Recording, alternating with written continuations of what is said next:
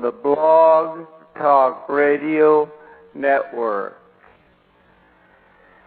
We have a very interesting and informative program lined up for you on this segment. We're going to be talking today with a respected and educated ufologist and lecturer on the highly controversial and speculative topics of Planet X and UFOs. In the prophecies of Nostradamus, one of the more famous predictions refers to the arrival from what we call a thing that will profoundly change life on Earth. Nostradamus refers to this thing as the Great King of Terror. Could Nostradamus have foreseen the coming of a celestial body that would wreak havoc here on Earth? Hopefully, we will get some definitive answers on just this and what is causing our Earth to leapfrog into a sudden tailspin. Our guest, Dr. Jason Rand, is a respected researcher and lecturer on the topic of UFOs. His contributions in the study and pursuit of extraterrestrial communications, research into UFO phenomena, cosmology, and his representing the United States at the first World UFO Congress in Tucson in 1991, earned him distinctive recognition and his doctorate from the Russian Academy of Sciences on December the 18th of 1992 in Moscow.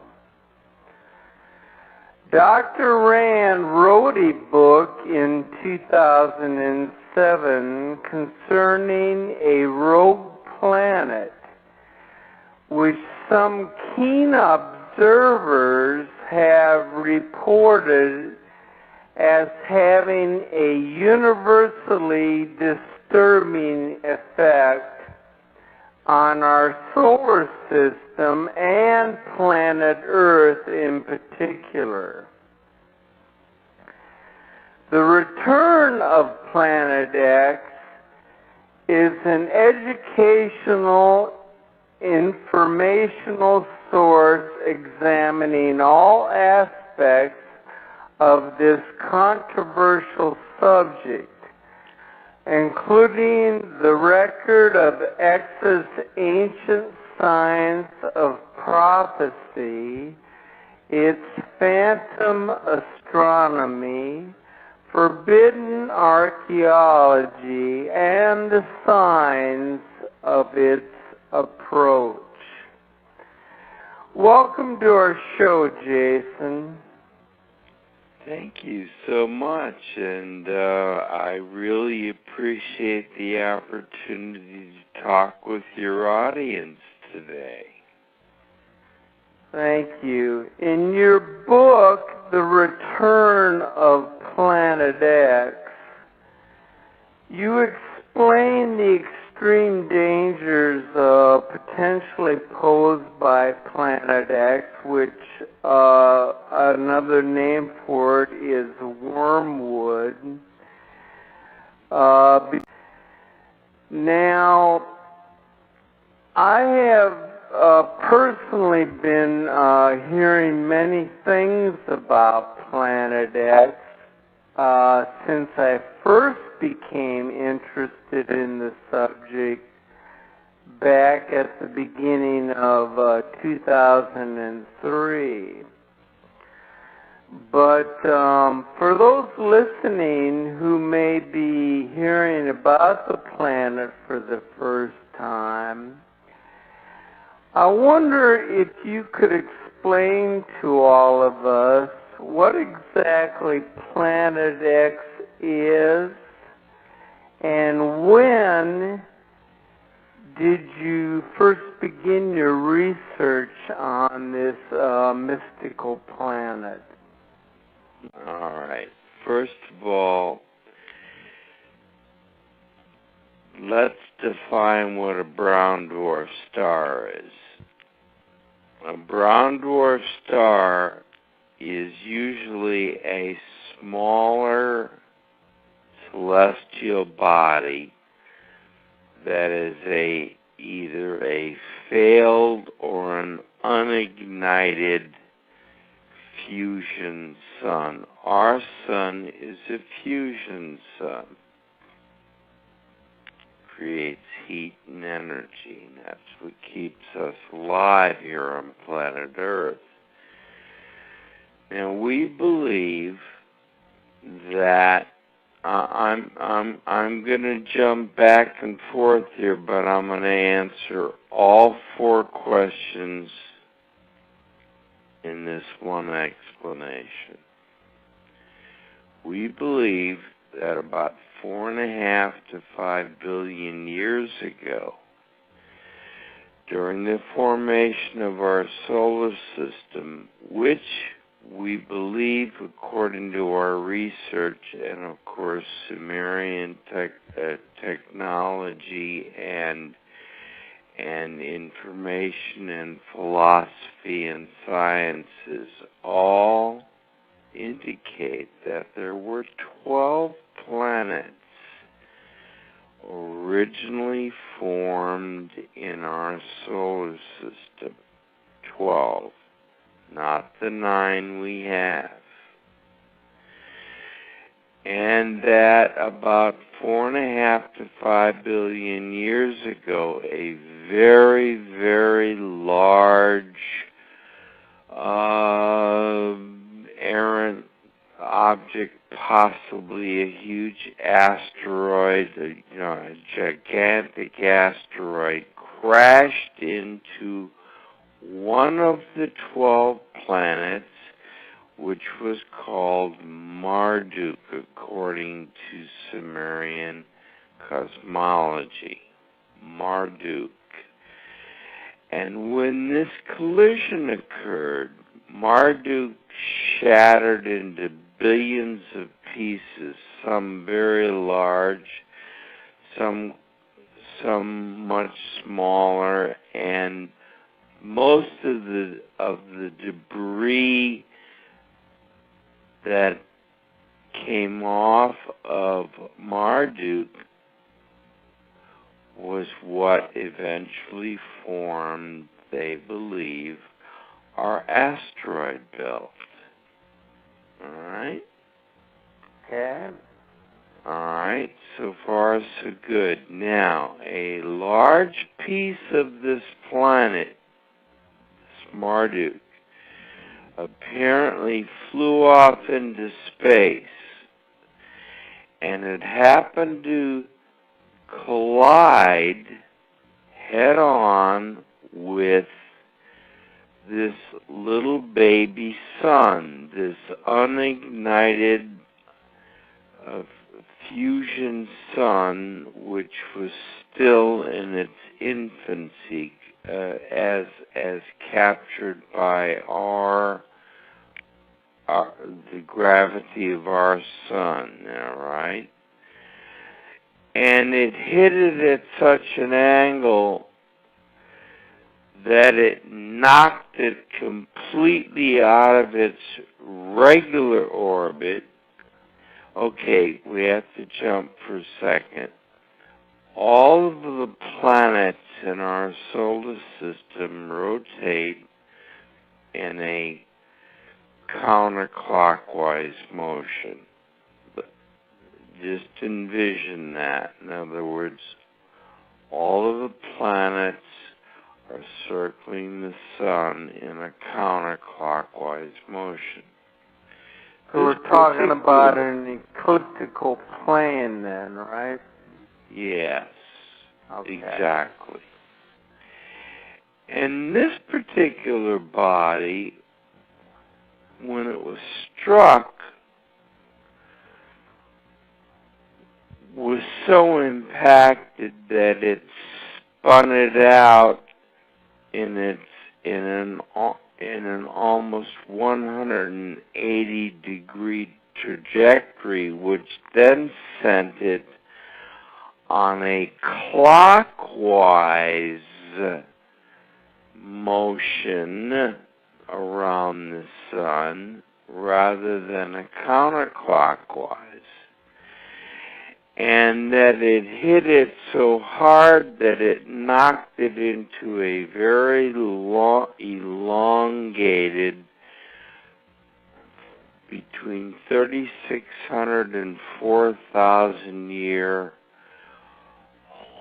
orbit way out into the deep reaches of space, way beyond Pluto, way out there, and then coming back and circling back. And we think, at least the theory in our book, and now substantiated, by the way, did you know that there are over 100 books out on Planet X right now? And Really?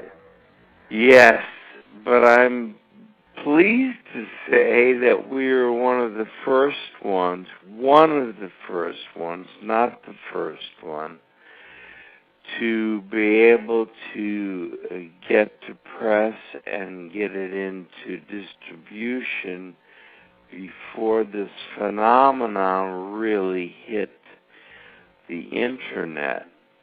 Because this was a 7-year project in the making. Alright.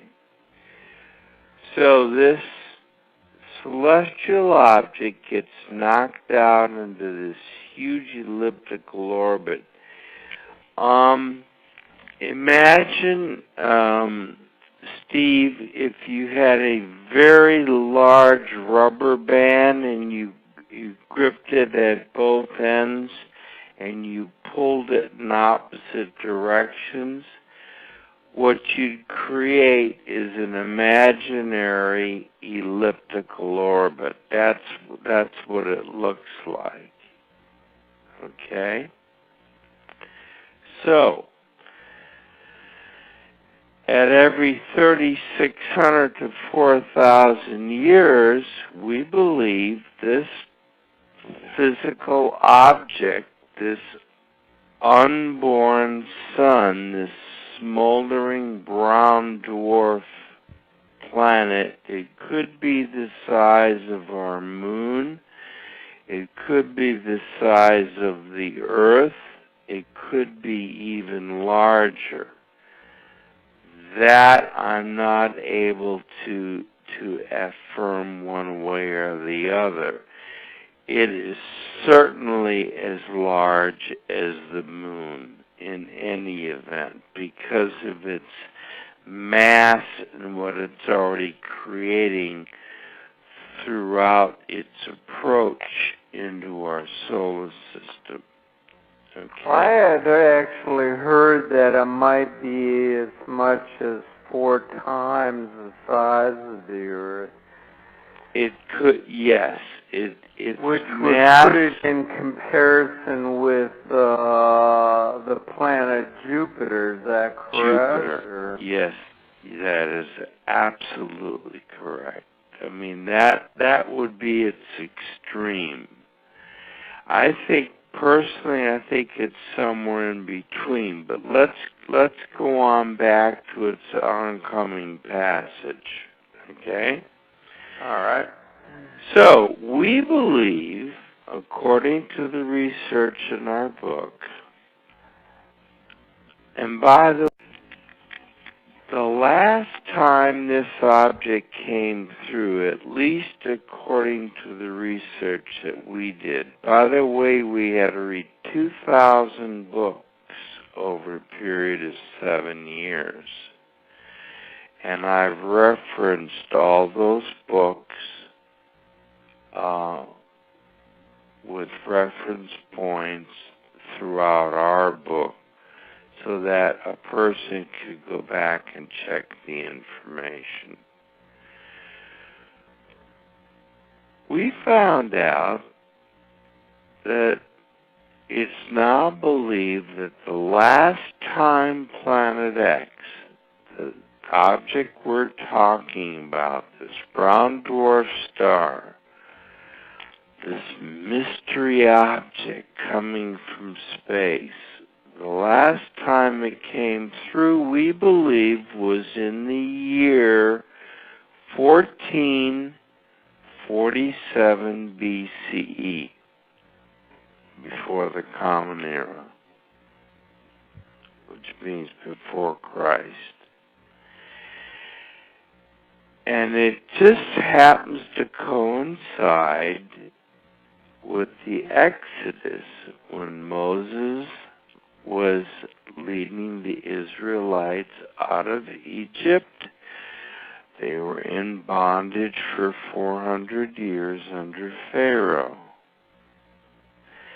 And that could very well explain a lot of the miracles that were attributed to Moses' rod. Remember when he threw it down and it turned into a serpent? Correct. Biblically? Okay. Yeah. This would also explain the rivers turning the blood color because of the red dust, the skies turning red, the moon and the sun seemingly stopped, and there just happens to be that there was a huge volcanic eruption nearby, not too far, and also a huge earthquake. All of this occurred when Moses, they were like signs from God. Okay, now if we're right, we'll also explain how the Red Sea parted.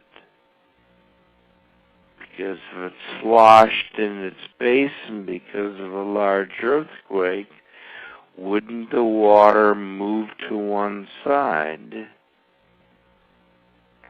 So did it actually pour? Remain there. The story is it actually ported, or did it actually just move off to one side enough to where Moses and his people could cross? Yeah, I doubt if it parted like we saw remember in the original movie done Universal? We see it parting in two different directions. Yeah, no. I think that would probably happen, most logically so, was that there was this huge earthquake. It sloshed the lake out of its basin, at least partially so, allowed the Israelites to go through, and then nature takes over. The planet, realigns herself, and the water comes back. I mean, that's the most logical explanation. Yes, it was a miracle. I'm not saying it wasn't a religious miracle. I'm only saying it sure happened at the right time, at the right moment. Now, we were so fortunate, our book was picked as the top credited book on the subject, and we're right on the front page, and we're really proud of that. And I had to tell you, I'm so pleased at it. It came with great sacrifice because we've been giving our books to libraries and things like that, and now people are starting to call in. I've had requests from the White House and the Hoover Foundation and a whole bunch of other organizations. It's gratifying, and we thank you. What is the interest And we in thank the White you for having us on. What is the White House interested in this? What? Well, I just got an email request. Would we please send a book to the attention of the science advisor for the White House? And we did. I haven't heard anything back yet. It's only been a couple of months. That's not unusual. They must get 1,000 books a month, you know what I mean? Okay. But anyway, so they requested it, and I was grateful for it, but I haven't heard what the feedback is yet. However, I am this coming next Wednesday, I am meeting with the senatorial aide to one of the two senators here from Mississippi,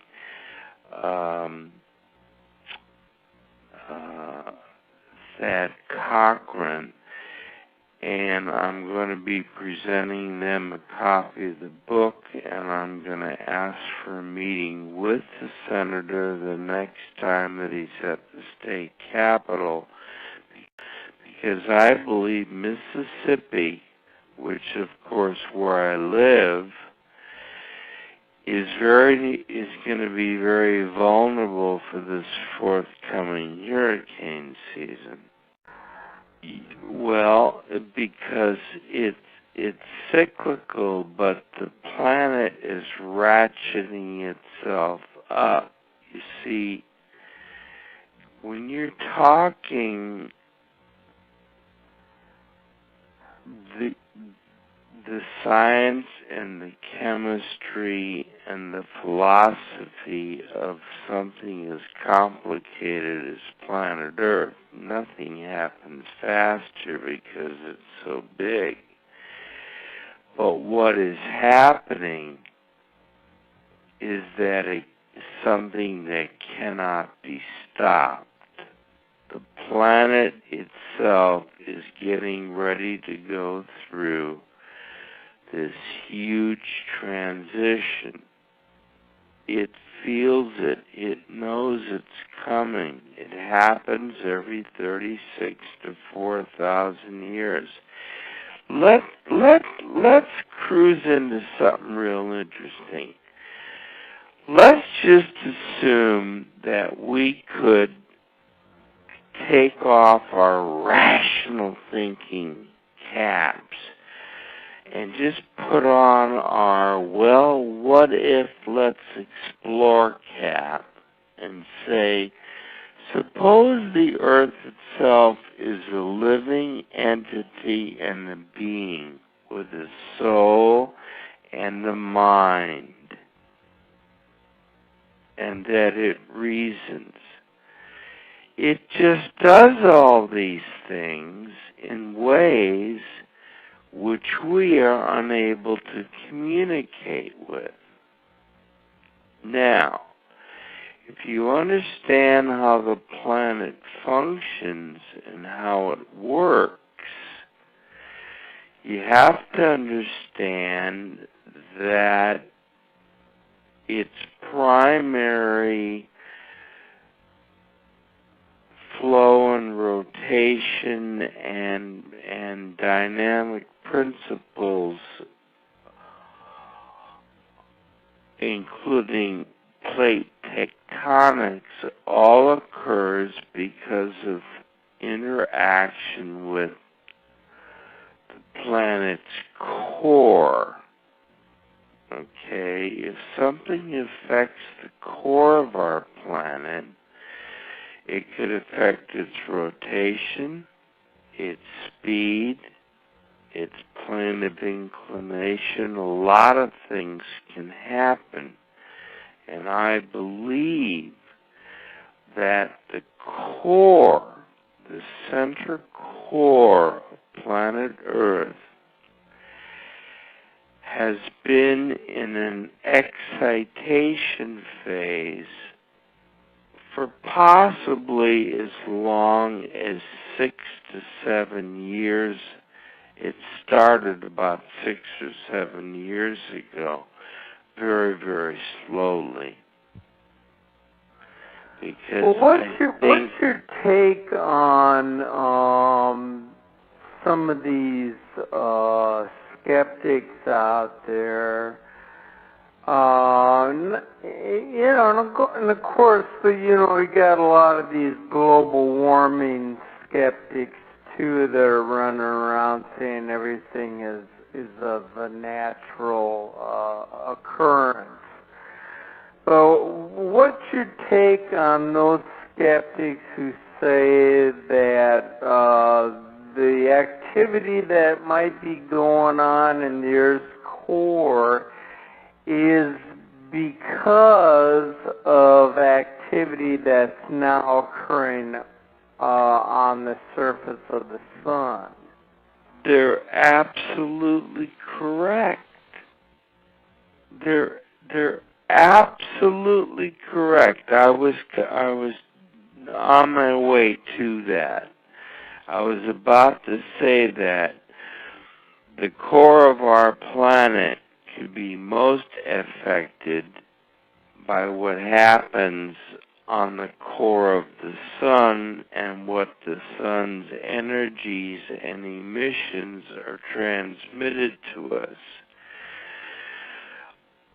We receive huge amounts of solar radiation, and that is what, from the sun, that is what heats and also causes weather and cools the planet. Now, if that were severely disrupted or changed, it would change all the dynamics of how the planet operates. Its weather systems, its rotational patterns, its seasonal its inclinations, all of these things are affected by what happens to its core.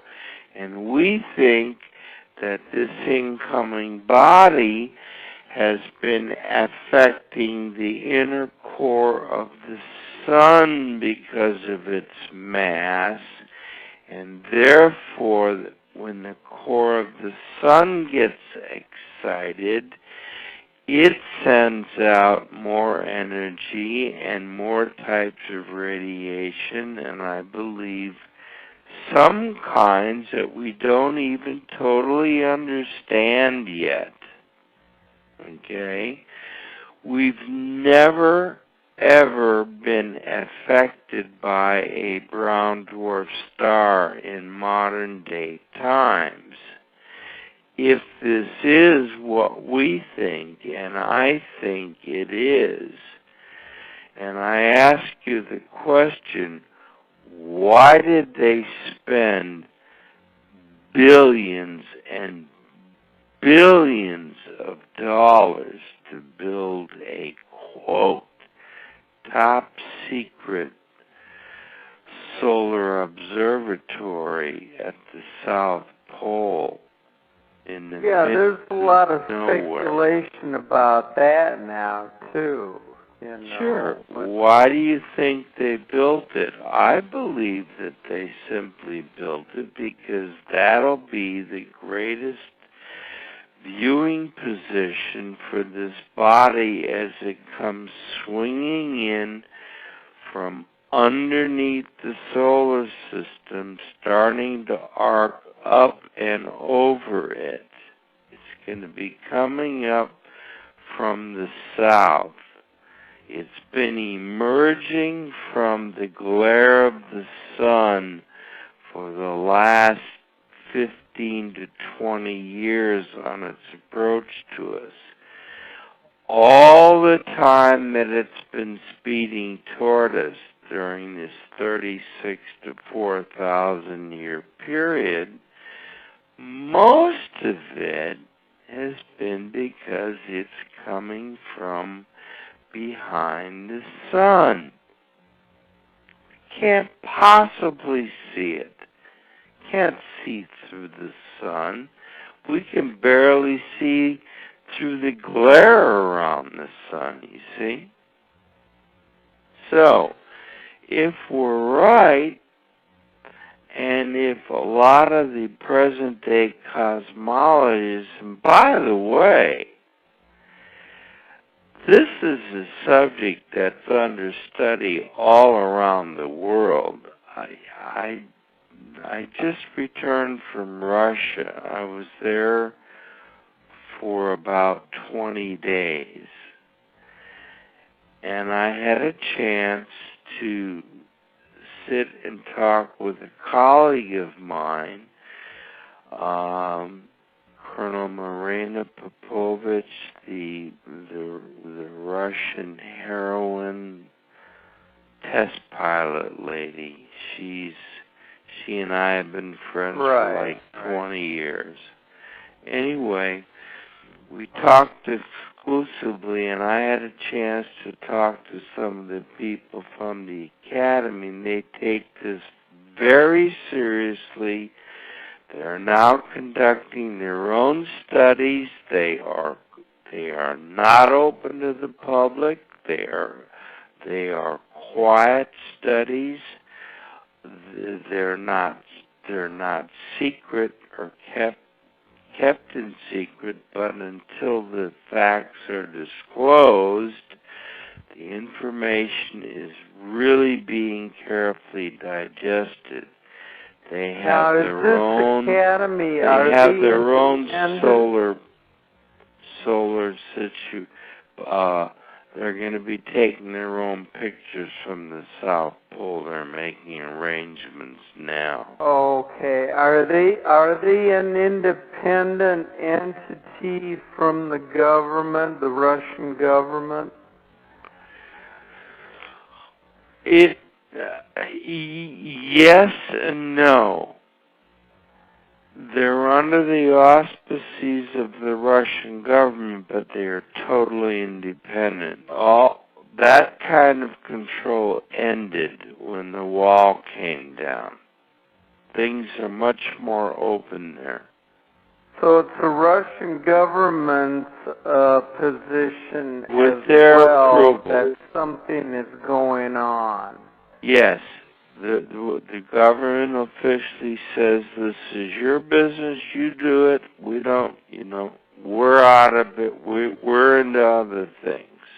Okay. Which I think is intelligent and sensitive to the fact that sometimes you have to be unobstructed in order to get the mission done.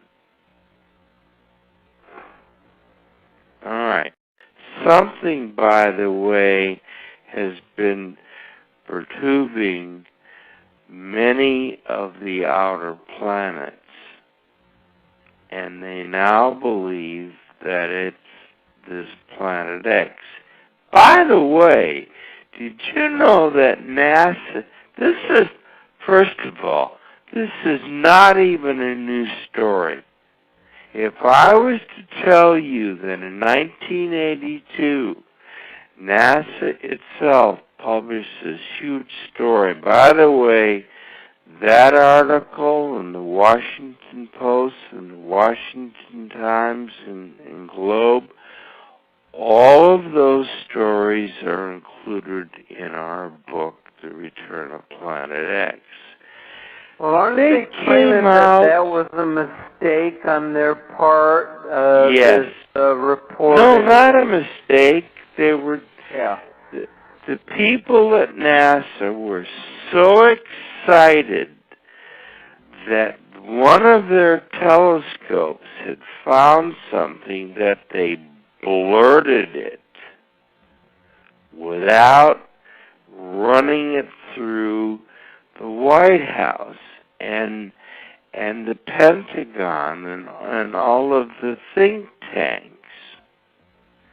Well, this kind of news could have completely rattled everybody across the planet if it was true. So immediately the Washington Times jumped on it, the Globe, and also the New York Times, and they ran with stories in the next day or two. Suddenly those stories were instantly pulled. All the newscasts were cleansed. There was never another word about it, and to this day, they still don't talk about it. But it's been in print.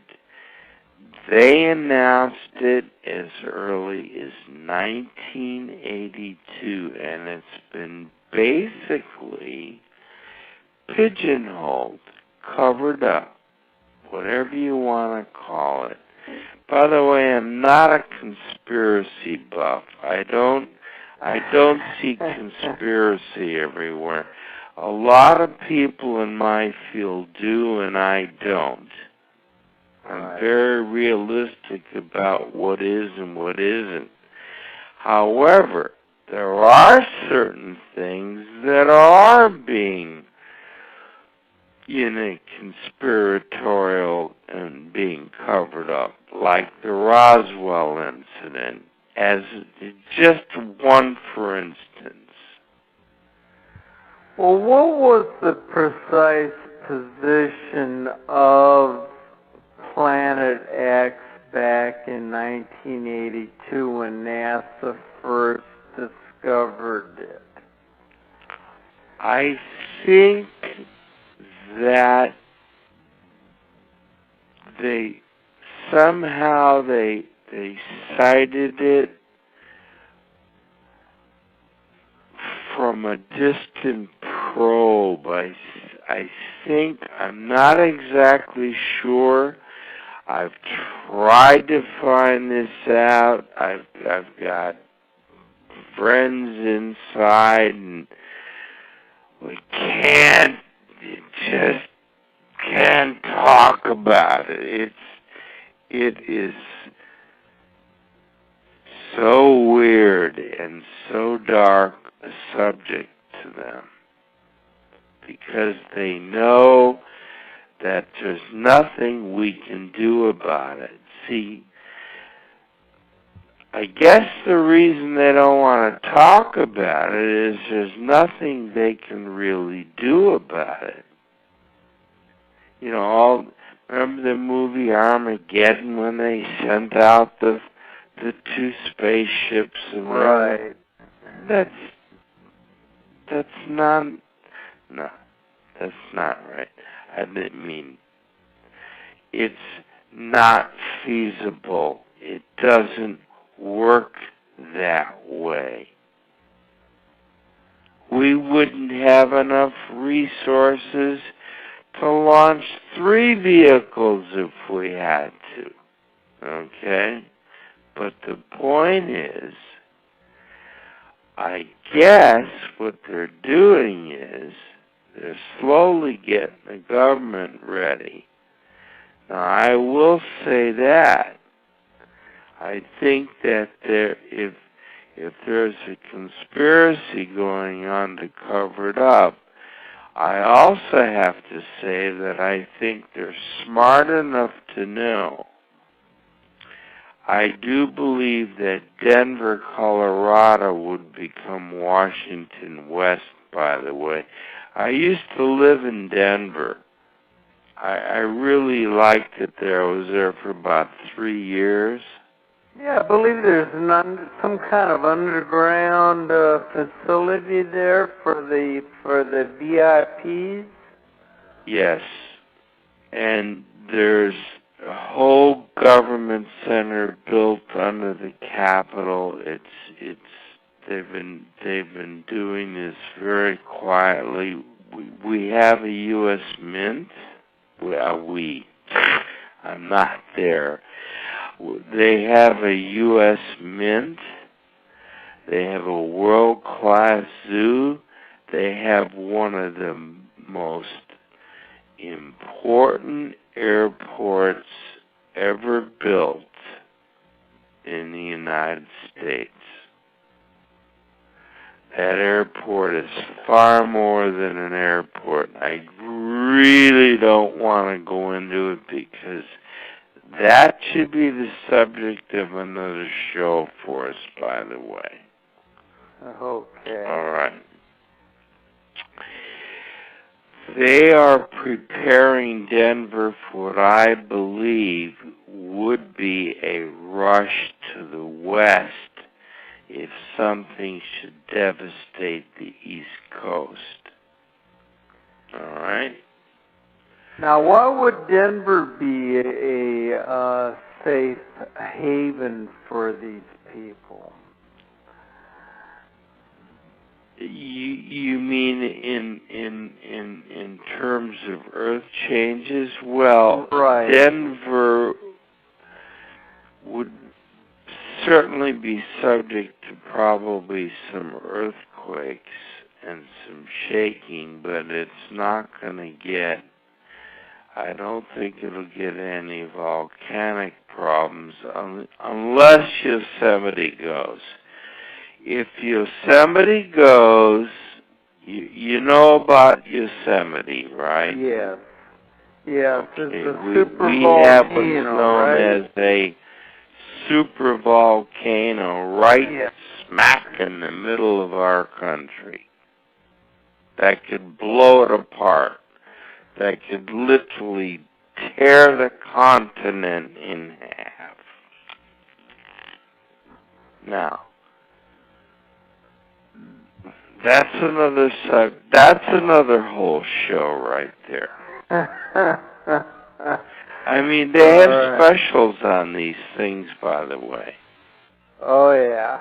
National Geographic, you can find almost anything on what we're talking about. So you see, the kinds of things, Stephen, that we're talking about are not so hocus-pocus, mumbo-jumbo, crazy paranoia stuff. Oh, no, this is real stuff that's going on. This is all real stuff. That. Have you watched the Weather Channel lately? Let me ask you something. It used to be when you turned on the Weather Channel, what you had was a really interesting banter and chit-chat and talk about this and that, and it's raining here and it's thundering over there. Now it's all about nothing but disasters. Forest fires, wildfires, earthquakes,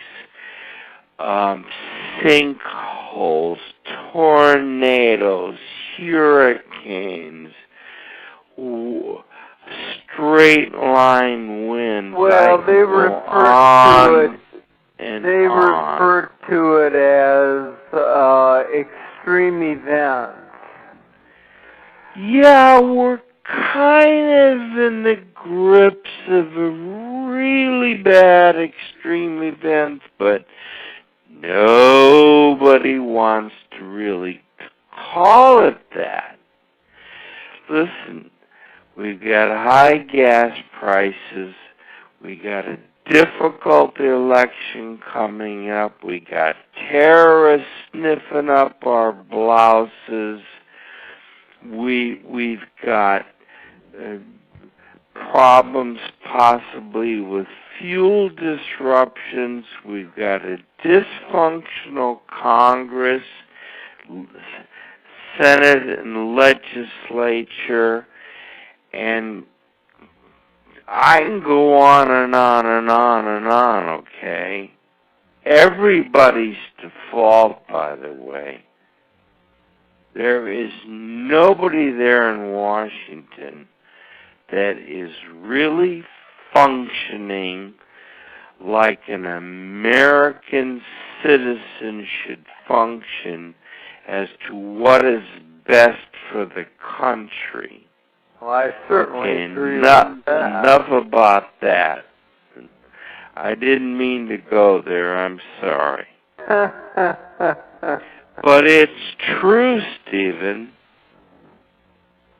And all of this is about to come down on their shoulders, and they're still talking about, now if I'm right about this coming hurricane season, and that's the reason I'm going to meet with Senator Thad Cochran, his aide, on Wednesday, and then request a meeting with the senator, is that Mississippi is not ready. I've been talking. I took a trip down there. I've been looking around. People aren't really aware about what's to happen. I'm afraid that the Gulf Coast region is going to get hit by a very bad hurricane. Oh, it's very one or possibly all the way from Texas to Florida. So it could hit anywhere. I think it's going to hit Louisiana and Mississippi this time. Well, I hate to hear that because I'm right in the middle of all that. I know you are. You're in Baton Rouge. Yeah. Did I pronounce that right? Yeah, Baton Rouge. Baton Rouge? That's how they say it, Baton Rouge. Baton Rouge. I'm pretty good at linguistics. Which, by the way, is an Indian term for the red stick. Yes, yes. Incidentally, speaking of Indians, we cover a whole section in the book on ancient legends and cosmology of all these groups. Who do you think was giving them all this celestial information? I don't think it was the magic mushroom, do you? I think they were getting hard information from extraterrestrial beings that are probably 500,000 years ahead of us in evolution and in technology. I mean, that's another whole show. As a child, I was on a ship at age 11 up in Canada.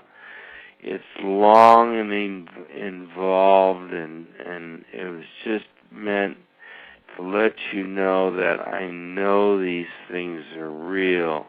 That's what set me on my course to write this book in the first place. I was shown at age 11 in 1950 a complete display when I was on the ship. They wanted me out. Okay, I was part of a group of children that they were harvesting, meaning that they were investing in having experiences with us mentally and spiritually. And I would go on OBEs. You know what an out-of-body experience is? Oh, yes. Mm-hmm. Okay, I used to go out at age 5, 6, 7, and 8 in OBEs that they would let me remember. And I was going to this big classroom setting where there were thousands of other children just like myself, all happy and healthy, and we were like being scanned to find out if we would like to participate in help and to be helpmates for humanity. In other words, AIDS. The reason I wrote this book was not to scare anybody. It was to tell everybody, we got to do this. Let's put our gloves on. Let's get to work. We got a lot to do. There's going to be a lot happening to the planet. I believe there's going to be a huge exodus. I believe there's going to be a huge liftoff by the ETs of billions and billions of people who are mentally, spiritually, and physically tuned to the planet and understand the dynamics of metaphysics. Well, we're seeing more and more of that every day. In fact, there was something that just happened the other day in Devon, in UK. A number of people saw several UFOs flying around in a 45-degree angle. Yes. And said it was the most unusual thing they have ever seen in their entire lives. One of the things I'm going to predict, let's go public on your show, okay? I'm predicting as of today that we are going to be seeing a gradual but surely increasing rate of UFO sightings, landings, contacts, and communications. And I think we're starting to just now begin to see it form. What is it that are the aliens trying to communicate with us to warn us of what's about to happen, or what is their specific purpose in showing themselves? All of the above.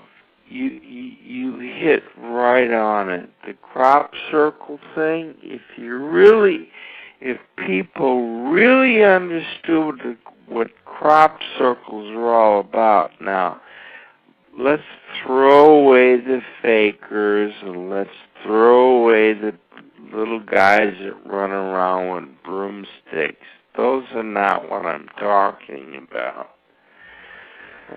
If you really understand the phenomena, and if you've really had I've had a chance to look at the Russian evidence up close, and it is absolutely astounding. If you know anything about crop circle technology, which is another show. Here we go again, you know? Absolutely. All right. Everything's another show, correct? Absolutely. Well, you know, you realize the kind of ground you and I are covering in this time right now? I feel like I feel this, by the way, this is how I conduct a lot of my lectures. It's kind of free for all with the audience. And by the time we get rolling, the information starts coming as it's coming now. But let's go back to answering your question specifically about the ETs. Okay. Yes, of course they're communicating with us. They've never not been communicating with us. If you understand anything about the field of ufology, it's still considered to be very, very controversial. And you know what, Stephen? That's good, because that brings attention to it. But I think it's beginning now to become mainstream. I think one of the latest polls conducted, possibly Gallup, I'm not sure, something like overwhelmingly 68 to 75% of the population no more has any doubts about UFOs and ETs and flying saucers and all the movies and everything we know. And yes, of course, there's space people out there, and if they're here, so what? People are almost blasé to the fact. How much Star Trek can you absorb? Or Star Wars? Or Indiana Jones? The point of the matter is, the public is not stupid. The public has been seeing science fiction UFO movies since the early 1950s. Remember the day the Earth stood still? Correct. With Klaatu. In fact, we were playing the music there just at the beginning of this show. Yes, you were. I just wanted to get that in. So let's give everybody a break, and let's just open the door and open the files and say, you know what? Did you know that the United States, Great Britain, New Zealand, Canada, and Australia, and a few of these other sober Western countries, they're the only ones that have secret UFO information files that haven't been opened? So I find that very ironic. And you know what? All of this? Whatever. What's the government's role in all of this? And what's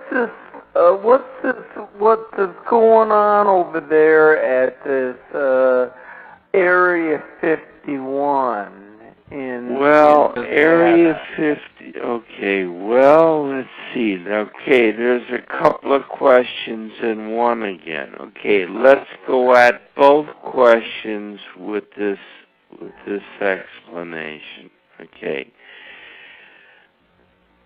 UFO 51, there are a dozen TV specials you can rent, by the way, or you can click in for or buy an Area 51, but I'll give you a recap. Area 51 used to be a very, very top secret air base deep in the heart of the Nevada desert, not too far out of Las Vegas. Nellis Air Force Base is associated with it, where they built some very sophisticated labs, hangars, where they do top-notch and top-secret black ops, experimenting on airplanes and airfoils and things like that. It's also rumored to be where they have back-engineered several crashed, what we call flying saucer discs. That's been the big UFO, secret thing that people have been investigating. Well, they've uncovered more information than they ever thought they would, and after everybody poo-poos them, the government still denies it, but you still can't get access, and you're arrested if you try to take one step on the land. They got you. So I guess where there's smoke, once again, there must be some fire. So that's the story in Area 51. It's still top secret, supposedly. They are still doing their engineering. You can't get anywhere near it. Now, what is the government really doing? They're doing nothing. They're not doing anything to help or harm it, because there's so much else going on to distract the public. They don't have to cover this thing up the way, they should have to do it. Okay? Now, with the danger of these incoming objects, or this object, I believe all of these things are now going to come gushing out of the glove that they've had it contained in, And I think what's going to happen is there's going to be a glut of information suddenly left open, not by accident, but by design. And I am going to talk to our senator about the fact that the government should now disclose this information. So I'm going to start to lobby him to find out if there's any interest in Congress or in the Senate of opening up these gates. I think it would make the people feel a lot better going into the election if they knew what was going on. Would you not agree? How are they going to explain to the masses that for all these years they've been covering up the fact that something is going on in outer space that's affecting the Earth, changes affecting our climate, and then using this excuse that it all has to do with global warming.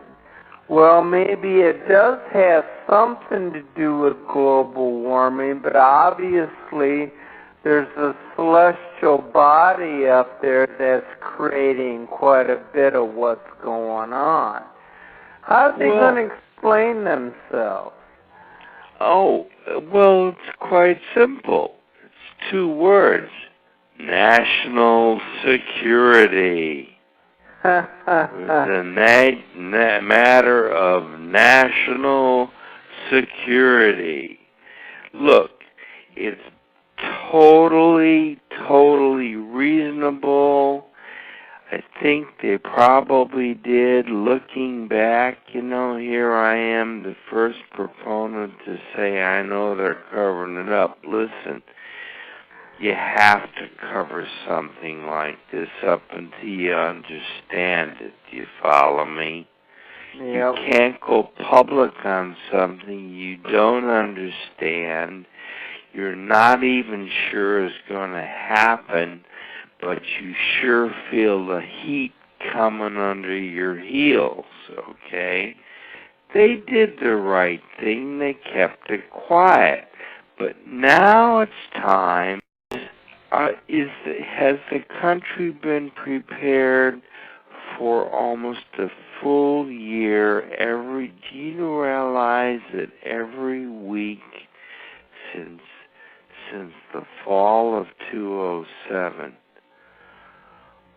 from the fall of 2007, every single week, including all the winter months, there has been a tornado somewhere in the United States of America.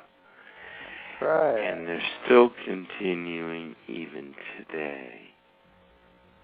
It's been an uninterrupted tornado season. But that's normal. No, it's not normal. What's not normal are the temperatures. I did an interview this morning with a DJ in Denver. It is the hottest cycle of weather they've had in 200 years. 200 years. That's significant. That tells you that there's something wrong. Okay? Now, we need to understand what's happening, not only climate-wise, but what's going to happen to the rest of the world if we should suddenly get some big natural disasters. Do you remember the 9.0 quake that struck Indonesia in the winter of 2004 to 2005? Do you remember that? Yeah, correct. I think that was it created that huge tsunami disaster. Mm-hmm. Right. Stephen, consider this: over 250,000 people died instantly in 45 seconds. That's right. In 45 minutes. In 45 minutes, the damage. That's how long it took for the waves to arrive, correct? Right. To the various locations. It wasn't just one location. It hit in numerous locations. Right. So mostly within the Indian Ocean, correct? Yes. Mm-hmm. The point of even bringing this up is the fact that we're not prepared. We're not even thinking about it. We're too concerned about the election, which we should be anyway. But the point is, this is all about to come down on our shoulders. Now, we've got to start thinking rationally about what we're doing. And that's another reason why I wrote the book, -X.com. Interesting, can I tell you a really quick, funny something? I've got a section on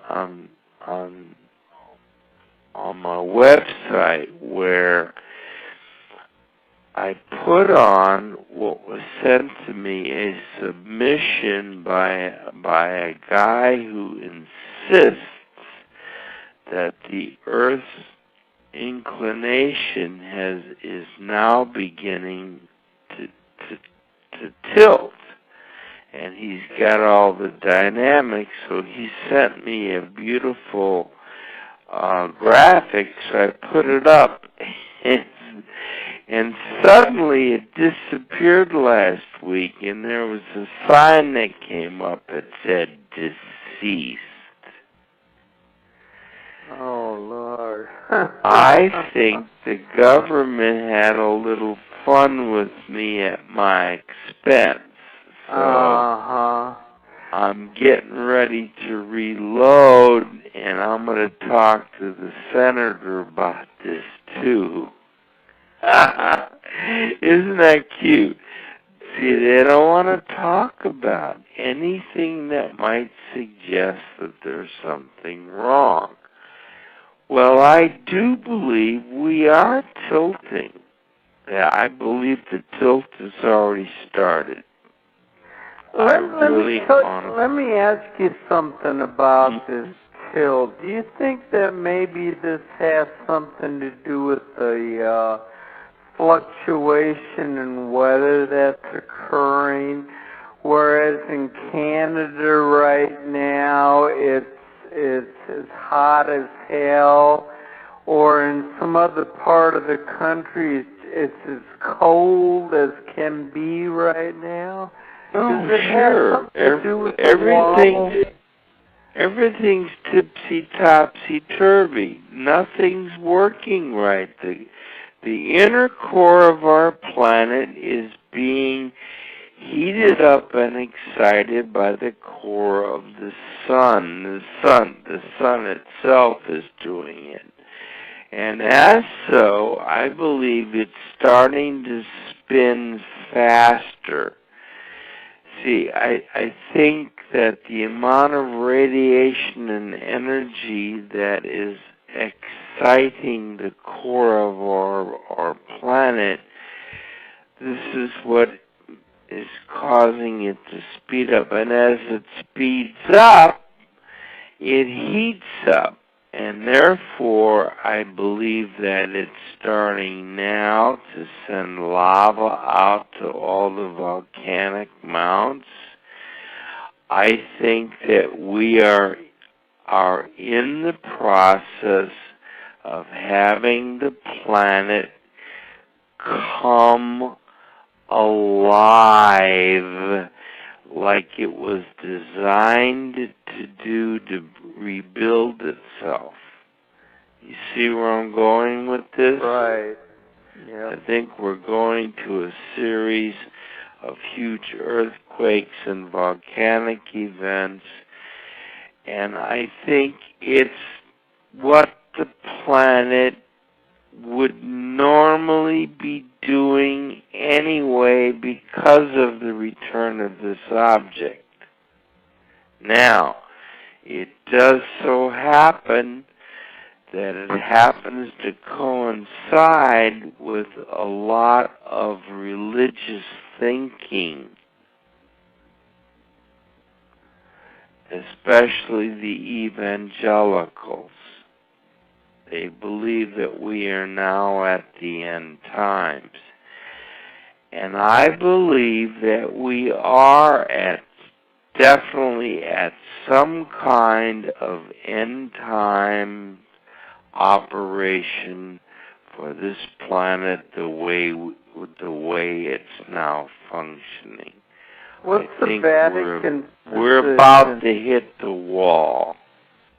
What's the Vatican's position on this? I understand they have a telescope mounted somewhere in Arizona.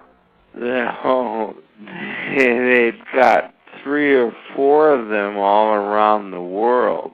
The Arizona one is probably your most expensive, and the one that's fitted with the infrared. But you see, that's off limits. That is top secret. no one gets in, and no one has access. That's it. Period. And as are all their other observatories. What's their position? Well, let me jump back. I've had a chance to talk to somebody who spoke to the last remaining survivor of the 3 Portuguese children who witnessed the miracle at Fatima. Okay. Mhm. The Jacinta, I think it was Jacinta. One of the 2 girls recently died, but I have a dear friend who had a chance to sit and talk with her at the Vatican. By the way, they brought her into she's been virtually living at the Vatican now for dozens of years. She was immediately... Well, I wasn't aware of that. She was immediately, yes, she was immediately taken out of... And probably for her own good. I'm not saying anything sinister like that. Right. It was probably for her own good, so she could be tended to, her needs, her health, and things of that nature. Because, you know, she was an average peasant person. Okay? Now,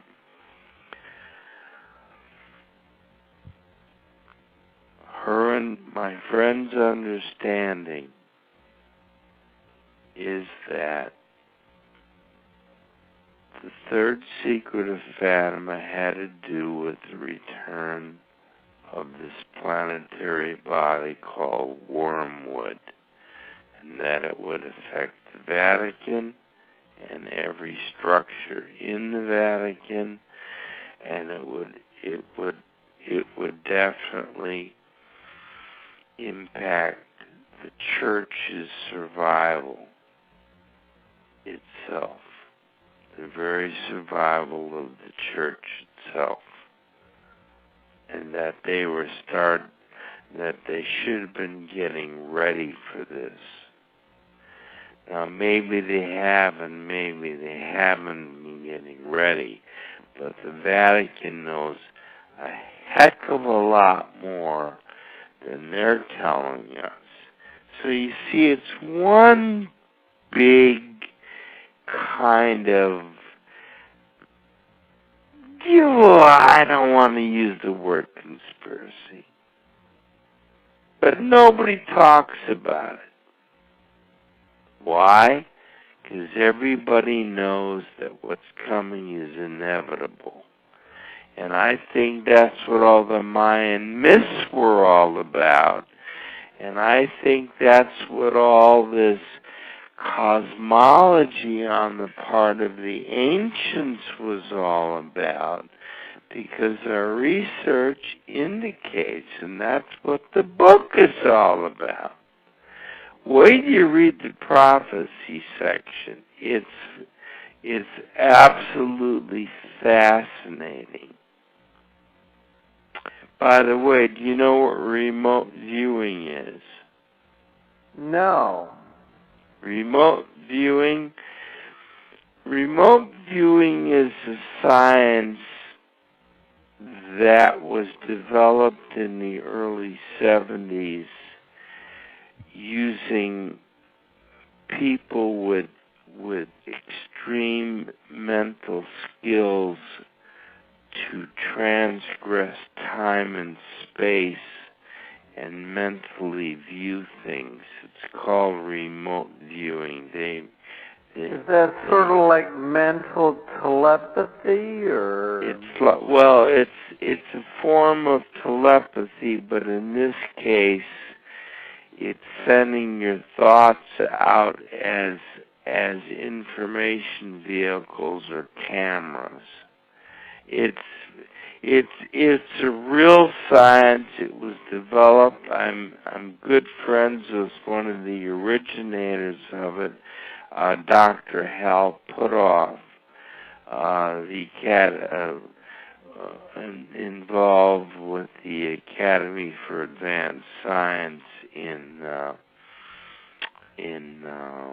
Austin, Texas. Anyway, I'm talking to him. I still haven't got the okay, but we're trying to put together a remote viewing opportunity, possibly working with the Russians, who are very much into remote viewing, by the way. They developed the same time we did, because they found out we were doing that to them, so they did it to us, and they beat us at it. We're talking about the Russians. They were that much better at it. Talking about the Russians now. Tell us about this Russian Space Center training complex outside Moscow. It's called Star City. Star City? Yeah. How did you gain permission to visit this? I guess it's the cosmonaut. The site, Cosmonaut right? Training Center. Yeah. Just like Houston and Cape Canaveral. Okay. Because of my friendship with now retired Colonel Marina Popovich, the famous lady test pilot, I visited. I revisited. I visited for the first time Moscow in 1992, and we were invited by Marina. Her husband used to run Star City. Now, for who years is her and husband? General Pavel Popovich. And he was a cosmonaut, right? Yes, he was the second man in space. Okay. For Russia. And he ran that training center for a number of years, so they maintained a very nice apartment complex there, and she has it. That's her home when she's away, and Pavel has his, but it's in a different part of Star City. See, Star City is a vast complex carved out of the middle of a forest. It's at least, I think it's 80 to 90 miles away from Moscow. And the only way to get in, there's one highway in, one two-lane highway in, and one railroad in, and there's an airstrip, and that's it. So it's carved out of the forest for like 60 miles. All you see is a cut through the forest. Okay. So she invited us there. We spent the entire day, and we had dinner, and we had a chance to visit some of the facilities. I must tell you, it is one of the most fascinating places. Imagine being taken through Houston. They have the same kind of machines and same kind of equipment and the wet tanks and all of that kind of thing. So that's how I got a chance to visit there. And we were the guests of Morena, and it's something I will never forget. I couldn't take any pictures, though. I'm on a mission to educate the planet about what could be its greatest opportunity to get control of itself. Okay? The whole planet, not just the United States, not just Mexico, not just Canada. The entire planet is in for a rude shakening. I like that, a rude shakening. And it's going to be horrendous. I know what's happening now. We're seeing it every day. But are you going to say, is it like the prophet, the passage in the Bible that says that everything will happen in increments, like a woman having a child? Yes. Is that the type of thing we're going to see, or is it going to happen quickly? We've already cracked the 5th seal. If you know anything about the book of Revelation, by the way, have you ever read or tried to interpret or understand the book of Revelation? As much as I can, but of course that's controversial. We go into great detail. We go into great detail in the book about it. Okay, now here's what I think is happening. I'm going to jump right into the book of Revelation and talk about the fact that once you read up to the 5th seal, that's where we are at the present time. We're about ready to crack the 6th seal within the book of Revelation. And I think that will be when Wormwood makes its first appearance. Then I think the 6th seal will have been opened. So I'm giving you what we think, based on biblical prophecy and research that we've done. Remember, we read 2,000 books. We have over 2,000 references in the text after each chapter, so that if someone wanted to go back and re-research what we did, we give you, the publisher, the page number, the IBID, all of the information for you to go back and check on our books. So, do you think that could have been the, we mentioned at the beginning of the show the vision of Nostradamus back in the 15th century? Oh, yes. Oh, yes. In which he referred to a great monster in the sky.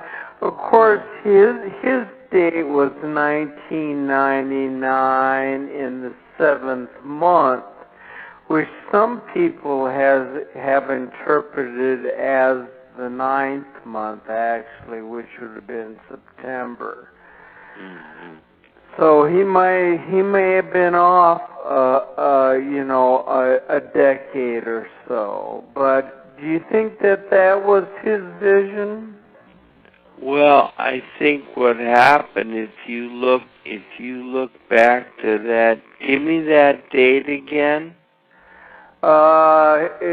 His date was 1999, the 7th month. 7th. Well, that would have been July. Yeah. If it's the 7th month, it would have been July. Okay. Yeah, but in the interpretation of his quadrant, many people have referred to in French, in the French language, as the 7th month being actually the 9th month. The 9th month. September. Okay.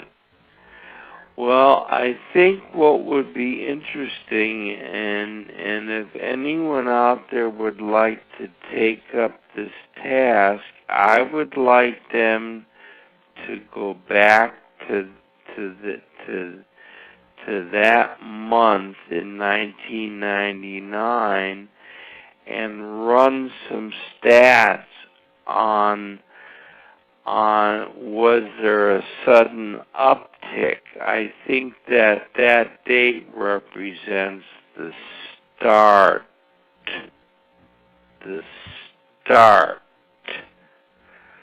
Correct.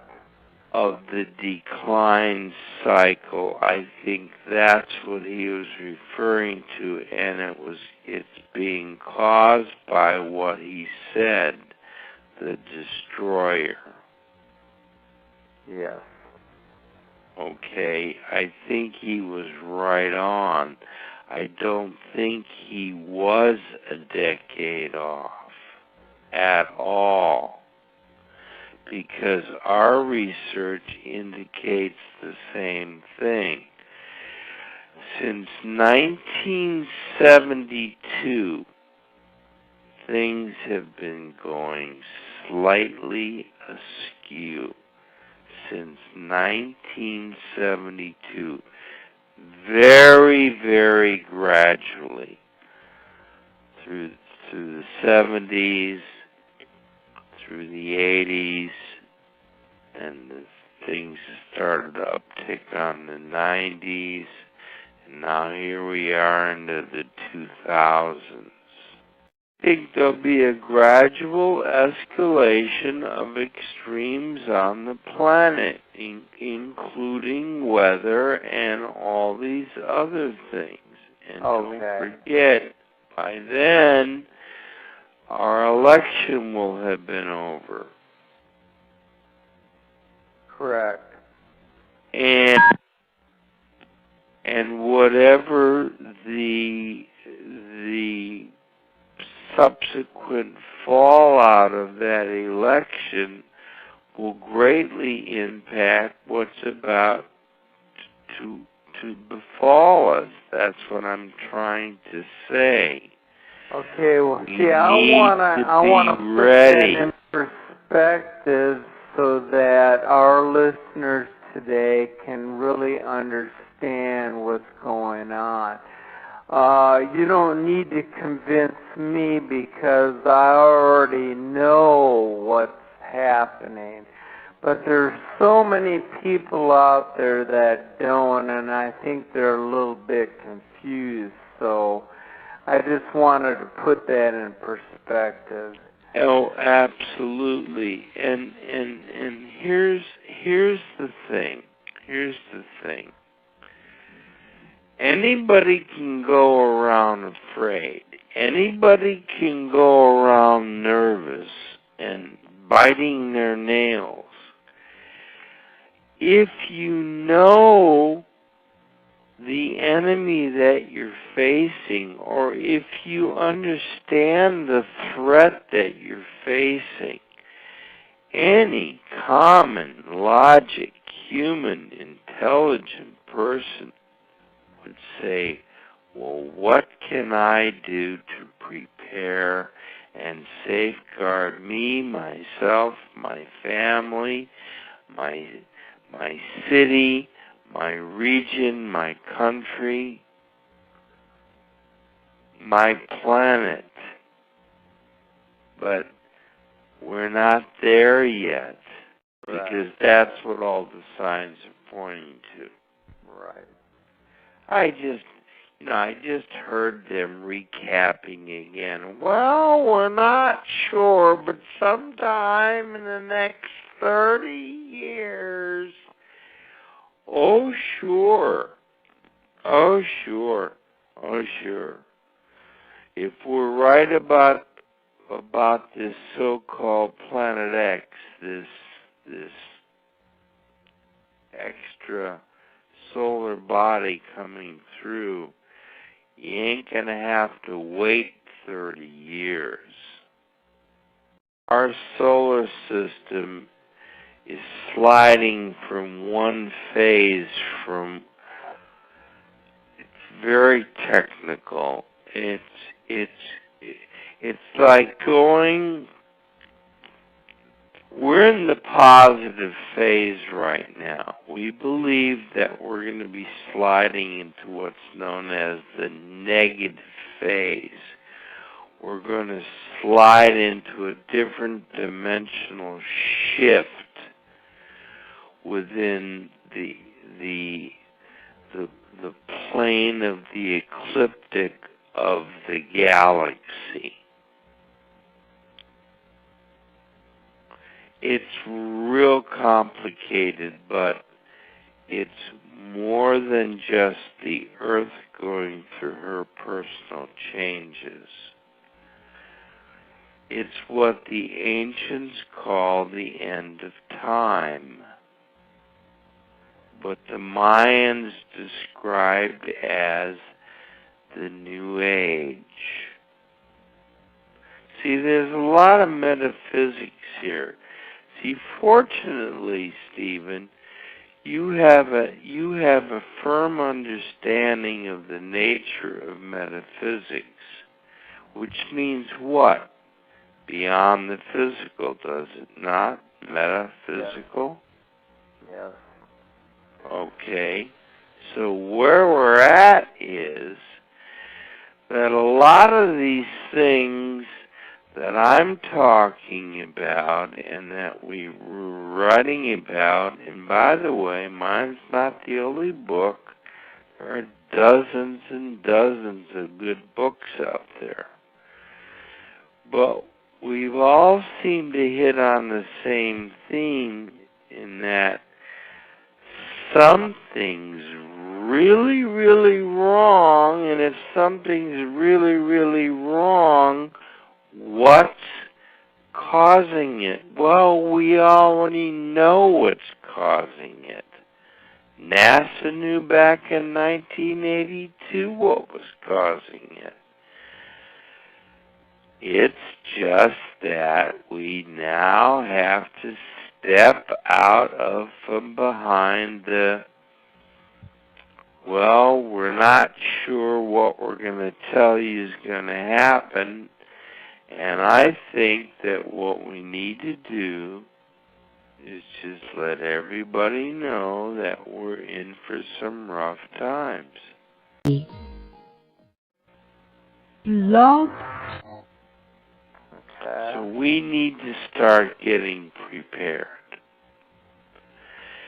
And shows like yours give everyone the opportunity to either send questions, and incidentally, if anyone would like to email you and you want to forward me the questions, I'd be very happy to address those and try to get those emails out for people who have questions on what we're talking about. Okay, very good. I'll keep that in mind, and I'm always getting emails on different topics, and certainly if we get something along. To those who may be tuning in late to our live broadcast today, our special guest is Dr. Jason Rand. a highly respected ufologist and researcher, and author of the book, The Return of Planet X. Wormwood, mankind's ongoing legacy with a brown dwarf star. Jason Q. Rand has authored 3 books, including The Extraterrestrial Hypothesis, The Cosmic Blueprint for After, and The Reality Engineer.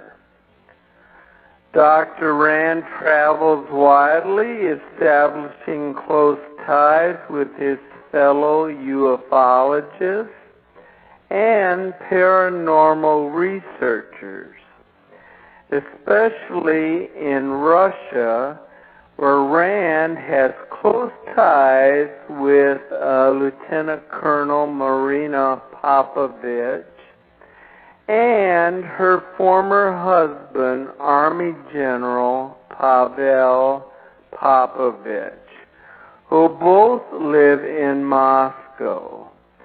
Marino and Pavel remain active in the UFL field representing Russia.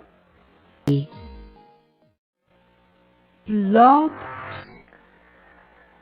Jason, on the front cover of your book, in the word wormwood, what is Planet X relationship to the biblical wormwood, as Revelation chapters 8 verses 11 describes?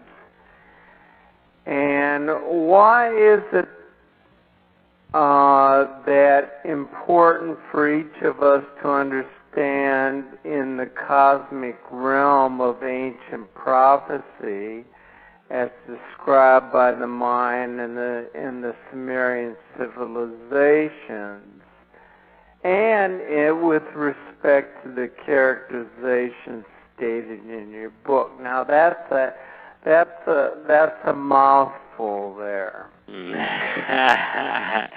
Yeah, but it's real easy to explain because the subject is all unified. It's all about the same subject, okay? Okay, look. First of all, we believe that wormwood,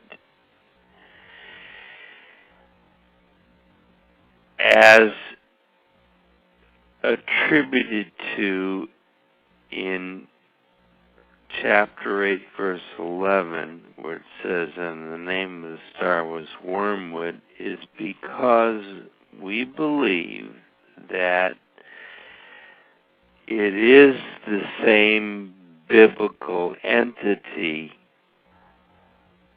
Wormwood is the brown dwarf star that's inbound. All of our research and all the religious prophecy, everything that we comb through, hours and hours of research and notes, all indicated that there was a complete connection between events in the Bible, things like when Moses left Egypt, and all of these things all attribute themselves to having a common denominator, and that is some kind of a brown dwarf star. In this case, we think that it is wormwood.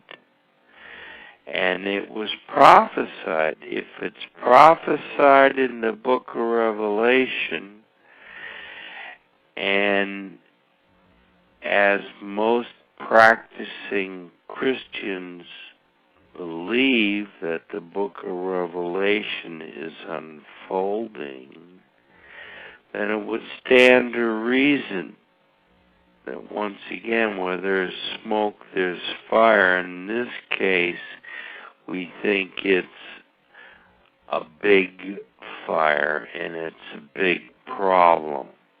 Okay? So that answers what we think wormwood is. Now, in going on further with your question, what we have to understand is that as a society, we have to accept responsibility for our choices. Okay? And so, there's enough information out there. Are we all crazy? You know, are we all just not right in the head? Are we all imagining all these things happening? I think not. Because the literature and the science and the history all points to reality. And I think it's an exciting time to be alive, Stephen.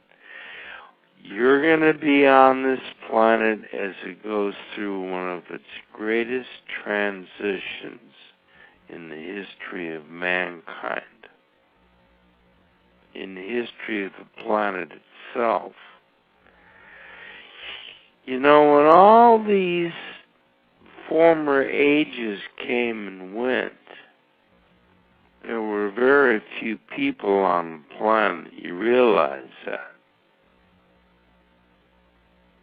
It's only been about the last 15 to 25,000 years, or maybe a little bit further back, that we've really had the kind of thing that humanoids bring to the planet. Yeah, there was lots of animals, lots of ages, and lots of very strange animals, but we're talking about, you know, the idea of Homo sapien at the end here. So we're about ready to see something transpire with almost 7 billion people now on the face of the planet, which we never had before. So we're about ready to see a great experiment. And the experiment simply pits man against nature. I know that sounds kind of rough, but, you know, it's always been that way, you know? That's correct. And throughout history, there have been whole civilizations wiped out by volcanic eruptions and earthquakes and the supposed demise of Atlantis and all of these things. The research that we did opened me up to understand that I really knew very little before I cracked into the subject. I mean, I had read lots of books on it, but, you know, until I sat down and did the research myself, digging facts out, it was just absolutely frightening at how everything that was happening today points exactly to what happened before with other civilizations and other time periods and other catastrophes. Except the situation was there were very few humans around. Did I hit those 2 points for you? Yeah, you did. I was going to ask you a question regarding, we're talking about mankind's existence here on Earth in the last 20,000 or so years. And we're giving general terms and periods. I mean, rather than try to give specifics, it's 25, 15, 20, 25,000 years ago. I think the question that a lot of people have asked previously regarding our existence is, are we a hybrid civilization that was created from a alien entity, or did we come from another planet and accidentally end up here? Boy, that's a really loaded subject. I suppose there's several different ways. Almost any answer that I give other than a pure act of God, and I'm not saying it wasn't,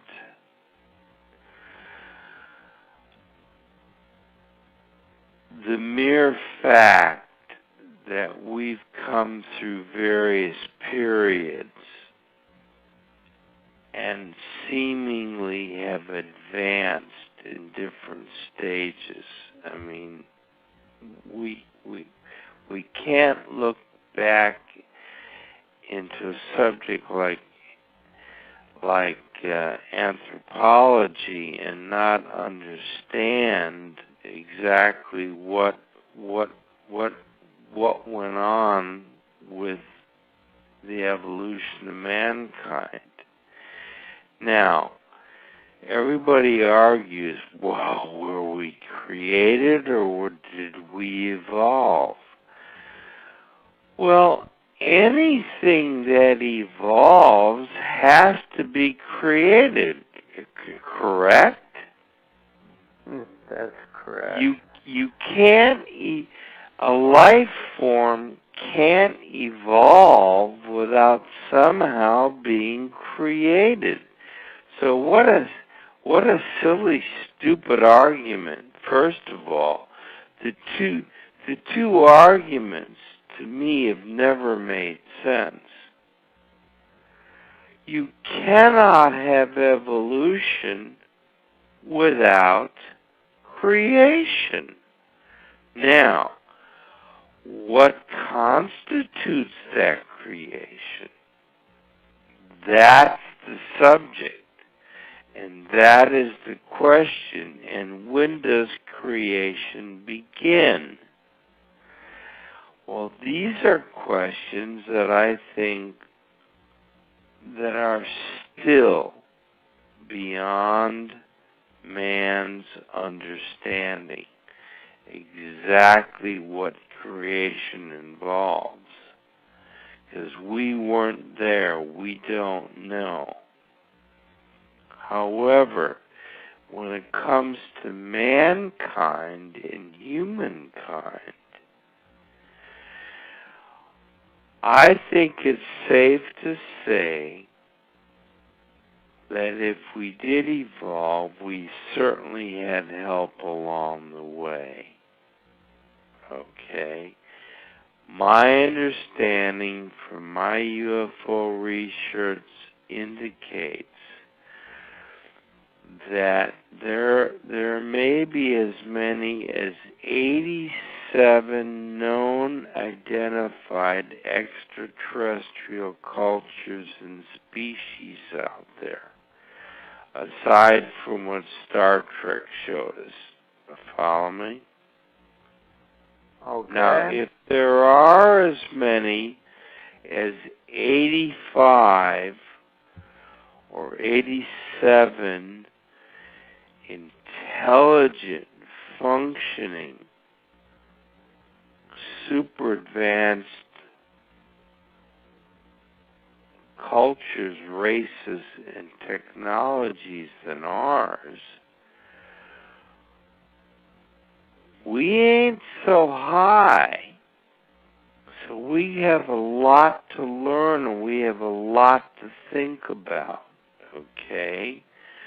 If they found a way to get here, which a lot of them seems that they have found a way to come to and fro, back and forth, we can't even get back to the moon comfortably at this point. You think it's true that there's probably some alien forms that are actually among the masses at this point? Oh, I believe that there are hybrids. I believe that there are ET entities. That was the subject of the Cosmic Blueprint for After, by the way, which is a treatise on human cosmic reality post-2012. I think that what we have is a variety, a myriad of extraterrestrial life forms that are capable of mingling with ours, just like your best science fiction movie. It's not that they take you over. They can assimilate almost any life form that they wish to reassimilate. They're that far ahead of us. So if you feel sometimes that you have someone thinking in your head, you very well may have some form of an extraterrestrial presence doing a mind link or a telepathic communication with you. By the way, many people communicate with ETs telepathically. There are thousands of people out there who have this talent and this capacity. And a lot of them are in Russia, by the way. So would they be blending in for sort of a... for the mission.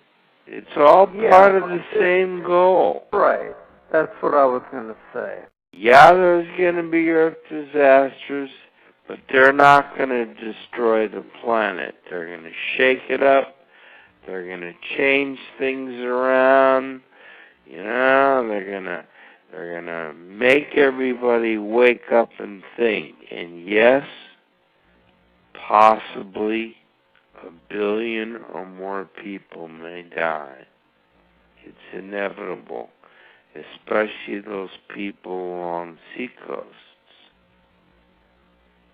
Look what happened in 2005 in that December-January tidal wave.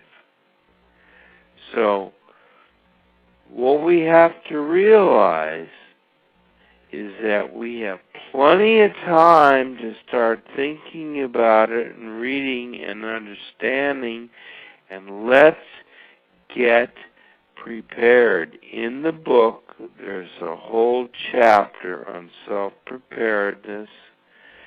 There's a whole sample, dietary and food supplement budgets and outlays and menus that will take you through a 3-month to 4-month period. You know, every famous says, well, have 3 days of food and water and shelter. Listen, I went through the Northridge quake. I didn't have a home for a week. I bounced around on people's couches and I even slept in my car. My apartment building, Stephen, was in a wreck. It was in pieces. It was red tagged. I had to get out because it could have come down at any time. So having 2 or 3 or 4 days is great, but you better have a preliminary place to park it in case your dwelling or your automobile is destroyed. Incidentally, the pantry cabinets in the out in the back where the cars are parked fell on the hood of my beautiful old Cadillac. And so I even had damage to my automobile to top all the damage in the apartment. What do you say to all these? What do you say to all the people who are living for today? They're into their modern technology, and they're considering the fact that, well, if this thing comes, or we're going to lose everything we have. How are we going to start over like they did back in the 16th or 17th century? Well, mankind has been picking himself up by the bootstraps since time began. Okay? Look, not everybody is unprepared. See, I don't want it to sound like I think nobody's prepared. I think there are millions of people in this country who understand what's at stake. Certainly a lot of religious groups do. Look at the Mormons. Do you realize the Mormons have supplies for up to 5 years? Oh, yes, I'm quite aware of that. Now, I don't fault that at all. No, absolutely aside from all these Mormon controversies, I think it's a good idea. That's a good idea. They do take care of their families. They look after their communities. I wish more people would act like Mormons act in terms of physical spiritedness and well-being with people. Now, what we need to do is we need to each of us take individual stock. How much food do we have? How much water do we have stashed? Do we have reserves set aside, some canned food set aside in a safe place that you could get to other than in your home, you see? You know, do we have a little camping trailer stashed somewhere, you know? Where would we go if we suddenly lost our houses? So we need to understand what's at stake here. If we live on the seacoast, I strongly advise you having a safety plan if sudden bad weather or if there was a tsunami alert, that you would be able to have a plan to get out of Dodge. Do you think the government would put us into a martial law state? Instantly. How do you get out when they're blocking off all the major access out of the area? It's really damn tough. I cover it all in the book. I take you all through the stages of martial law, where we're at, when it was erected, who did the signing. I give you a complete review of what the government knows and what they don't know, what they should be doing and what they're not doing. So it's an interesting read. And that's chapter 10 of your book, correct? Chapter 7. Oh, chapter 7, okay. Government preparations. All right. Now, I want everybody to understand that there is no such thing as total destruction. There's going to be rough. It's going to be storms. There's going to be fires. There's going to be tornadoes. There's going to be earthquakes. And probably some volcanoes that go off. We have to figure out, be prepared. There are certain places that are safe. I cover this in the book.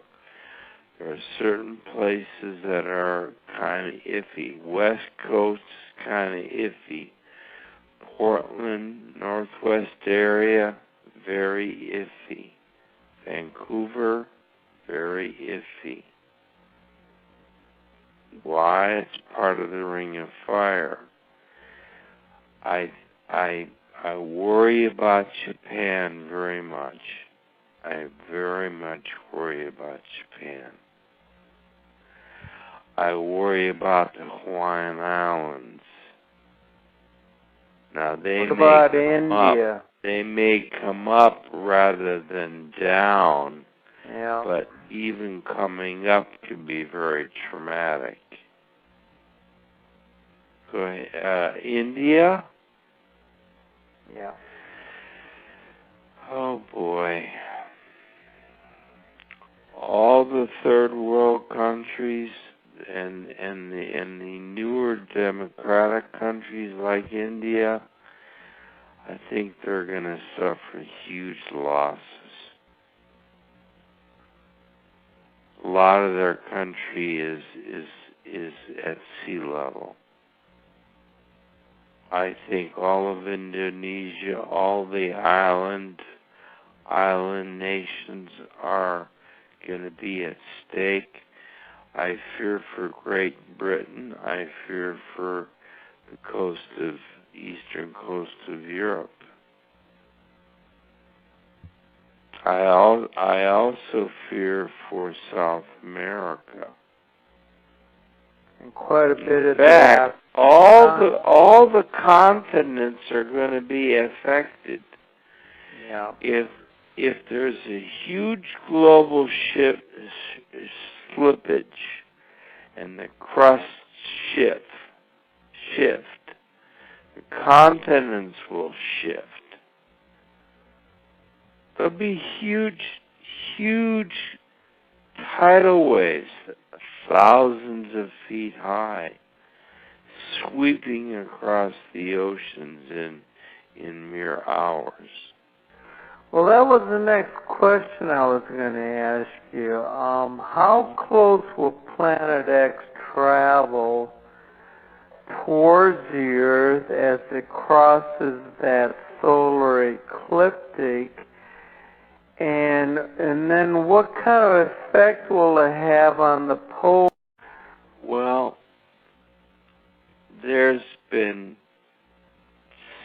so much theory and so much conjecture. I honestly cannot tell you that I know where exactly it's going to come through and emerge. Blog The worst could be that it could come in through the solar system in a clockwise motion against the flow of the planets, possibly coming through between the asteroid belt and Jupiter. Now that's a far-fledged analogy, but that's where we think it could be coming through. And if Now, it does, what some have referred to as a sort of a retrograde orbit across the solar system? yes. Okay. Yes, exactly. Exactly. Now, what we might wind up with is, like I said, a glancing blow. Even it will be destructive. Even anything coming that close outside the solar system is going to affect everything in it. I believe we're already seeing the signs of these earth changes taking place all around us. The volcanoes, the fire. And I know it sounds like doom and gloom, and I know it sounds like, oh my God, but it's happening. It's not that I'm forecasting it. It's happening to us. I'm not making it up. You know what I'm saying? I don't have to invent these things. It just so happens that the subject of the book was well researched, and so therefore it's timely. I will say that, Did I answer your last two questions? I want to keep answering your questions. Oh yeah, I was going to ask you though, how does this blend in with what we're hearing today from most of the scientists across the planet, from Al Gore and others about global warming? It's affecting everything that's happening. Let's kick at that. Now, what we're going to be dealing with is the fact that we have a short, limited amount of time in order to get the mechanism rolling. So, if your listeners are interested in finding out more, let them know that there are dozens and dozens and hundreds of websites, including Nancy's website, for instance. There are lots of people talking about this phenomenon, not just me. I'm just one of possibly 100,000 people on the planet involved in it. But it's going to take all of us to get the word out. and it'll take inspirational hosts like yourself who are willing to investigate the subject to figure out exactly what is going on. And it's real. It's all happening right before our eyes. Yes, wormwood, I believe, is the same entity that's referred to in the book of Revelation, and it's the same solar body that I'm talking about. I believe it's a small brown dwarf star, used to be sister star to our sun, cast out on a huge 3,600 to 4,000 year elliptical orbit way beyond the reaches of our solar system, and I think it's about to come back. I believe another term that had been used by religious figures was the great red ball of redemption. Yes, yes. By the way, that's in our book. I cover about 100 different names through time that have been attributed to this particular solar body. The red dragon, the planet of death, the killer star, the Death Star. I mean, it's all over the literature of the history of the planet. All we have to do is read. Incidentally, I list all the books in the I have a great bibliography, by the way. If those of you that are interested, in the back of the book is about bibliography that will bring you so much knowledge in so quick a time that you'll suddenly become experts yourselves. How's that? Sounds great. All right.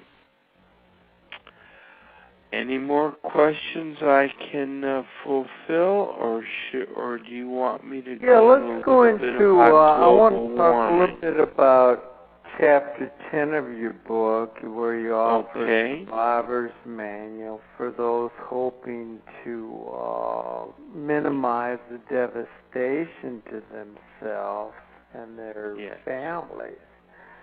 What are some of your key suggestions, and when should the general public actually start to take heed? If they haven't already? Instantly. How's that? Instantly upon hearing the words that you've offered in your program, if you start to turn on your thinking cap right then and there, you will just barely be in time. How is that? Do you know how short 2.5 years is? It goes by fast. And the older you get, the quicker it goes by.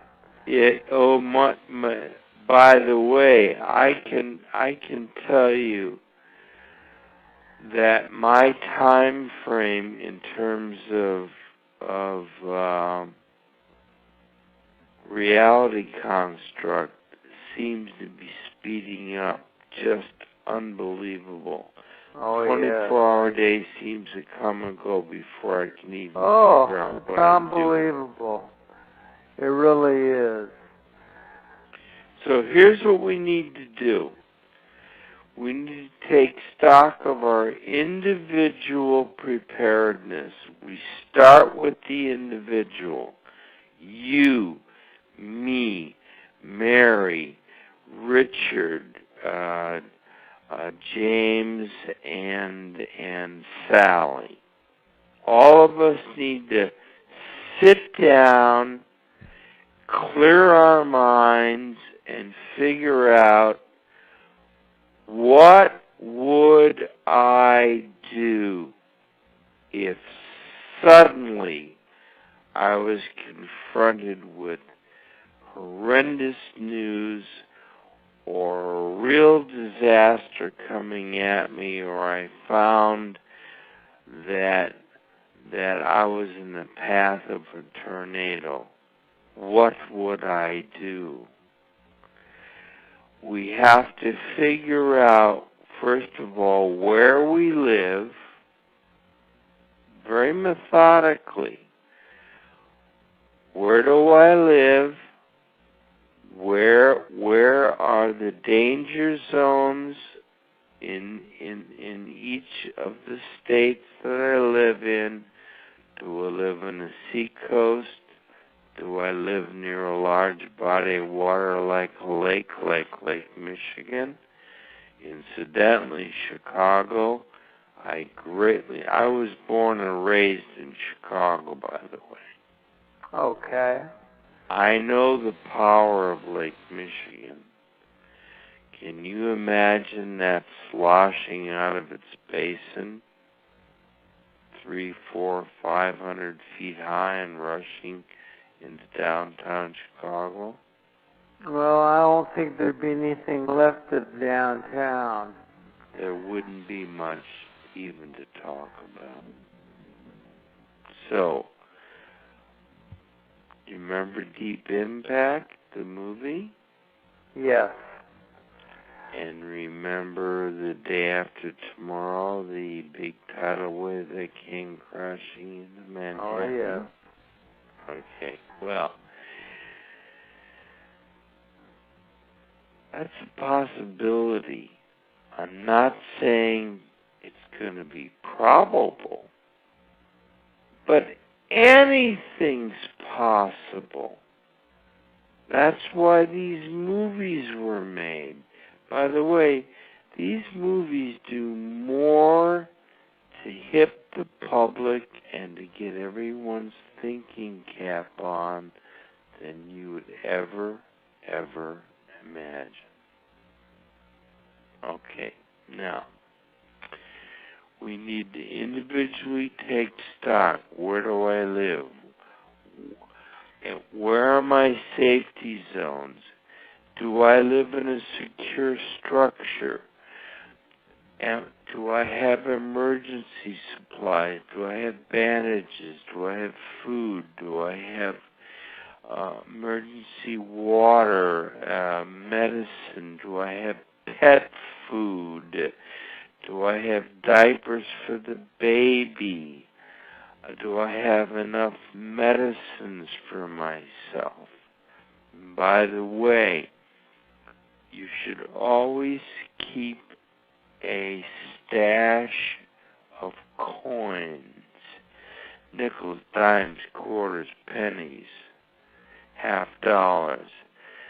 These will become very valuable should the normal currency flow of the country be shut down. You'd have some. You follow me?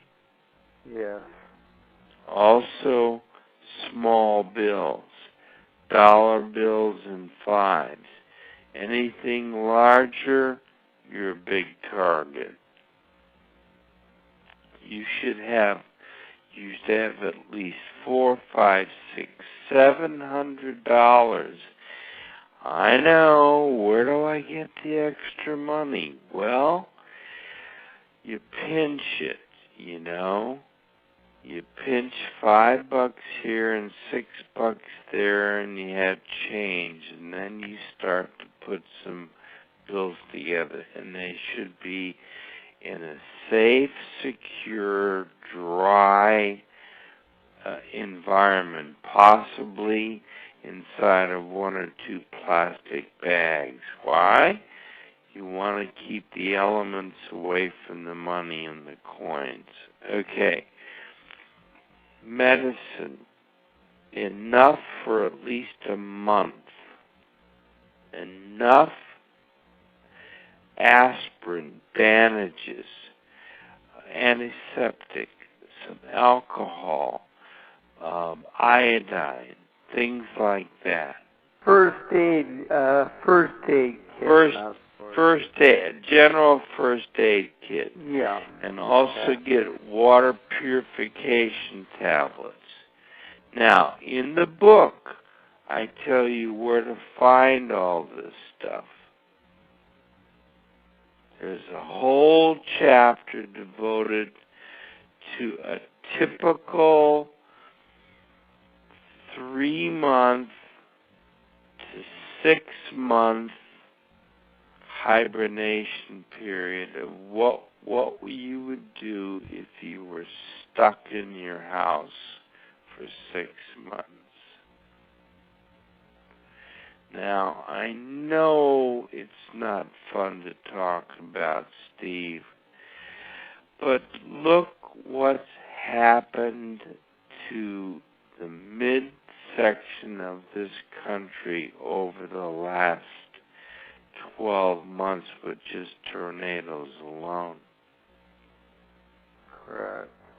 Even if those people were prepared, the tornado still took out their home. So we have to be prepared for whatever emergencies are coming. Now we're in the middle of a fierce firestorm season in California. Look what's happening to Yellowstone. Not Yellowstone. Yosemite? Yosemite. I'm sorry. I meant to say Yosemite. Yeah. If you've ever been there, it's one of the most beautiful places on earth. It's awe-inspiring. It's jaw-dropping. I'd hate to lose it. But we have to be understanding that our planet is going through severe changes. Its weather patterns are all screwed up. The seasons are topsy-turvy. The currents in the oceans are being disturbed and changed. The water temperatures. Let's talk about global warming real quick. And we got 2 more minutes?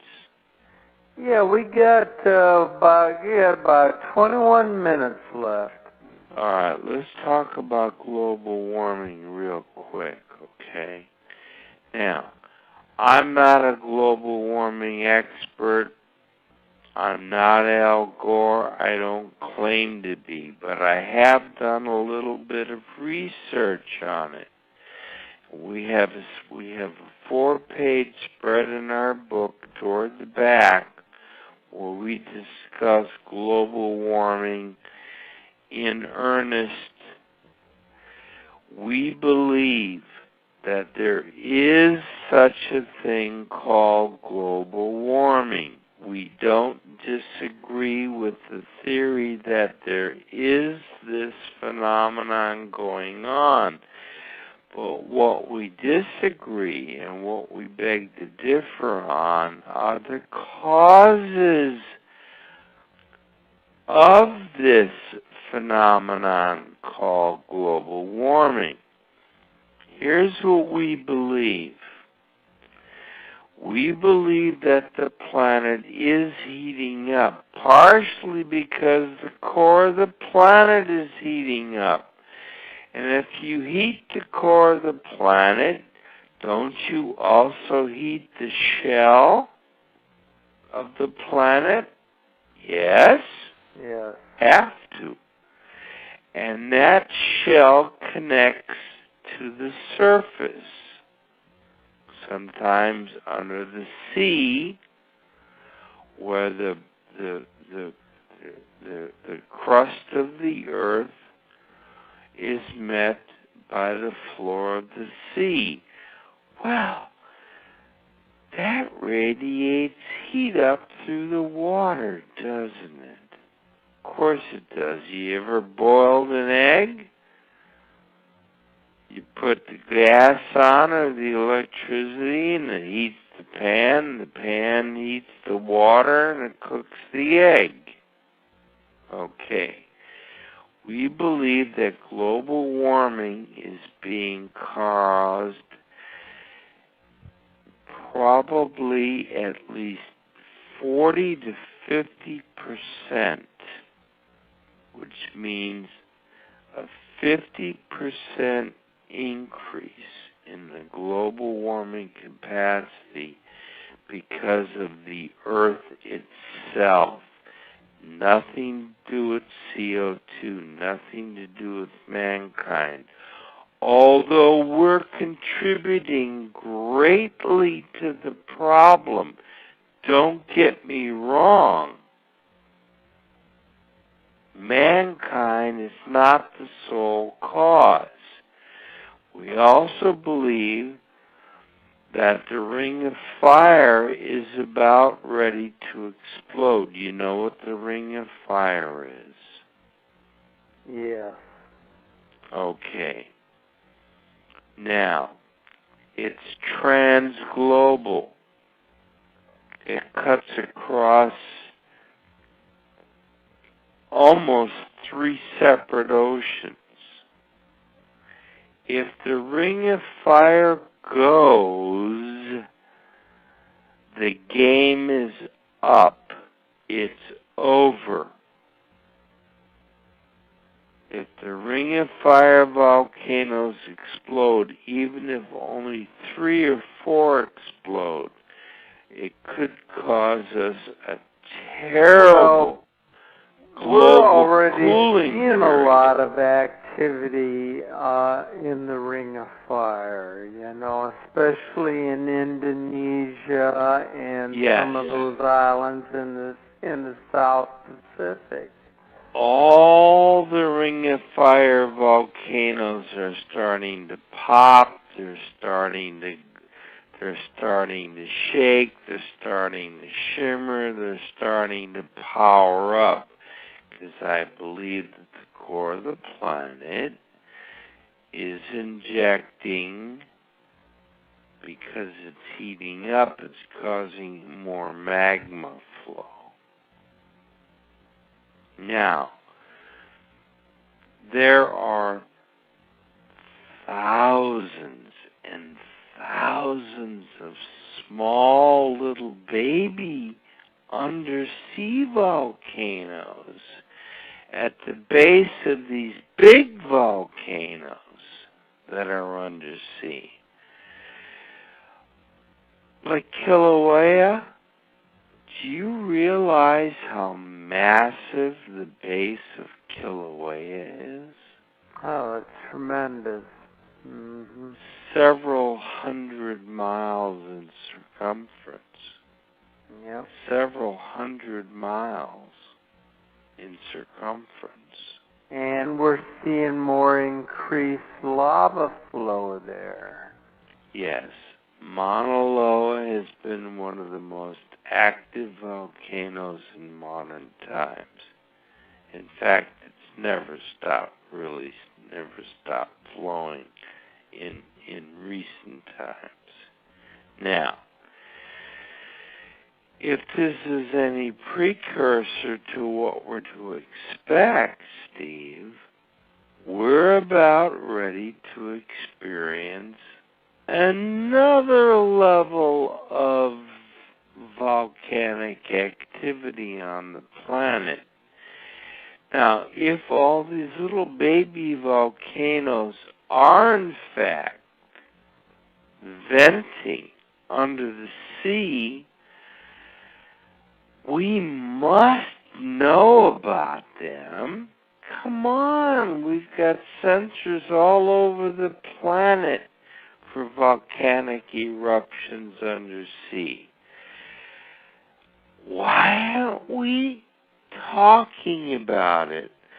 Why aren't we really talking about the causes that may be causing global warming? Okay? I think that the oceans are warming because of the heating up of the oceans from volcanoes and crust underneath the lava pots. And this would be letting off a lot of methane gas, is that correct? Absolutely, which then contributes to another problem in the atmosphere. You see, it's multi-lethal no matter how we look at it. And what do you say to the the United Nations then, who keeps insisting that it's mankind who's to blame for what's happening here on Earth now? Because it's been misunderstood and overlooked and mishandled for so long that there is no escape now. So what are they going to do? Does the United Nations ever take responsibility for anything that goes wrong? Not really. It's always somebody else's fault. Haven't you noticed that? Yes. The very officials that run the United Nations are questionable. We don't want to go there, though, right now, do we? That's not the focus of our thing. Suffice to say, the United Nations has got to get its head screwed on right. It's got to come clean with the public as well.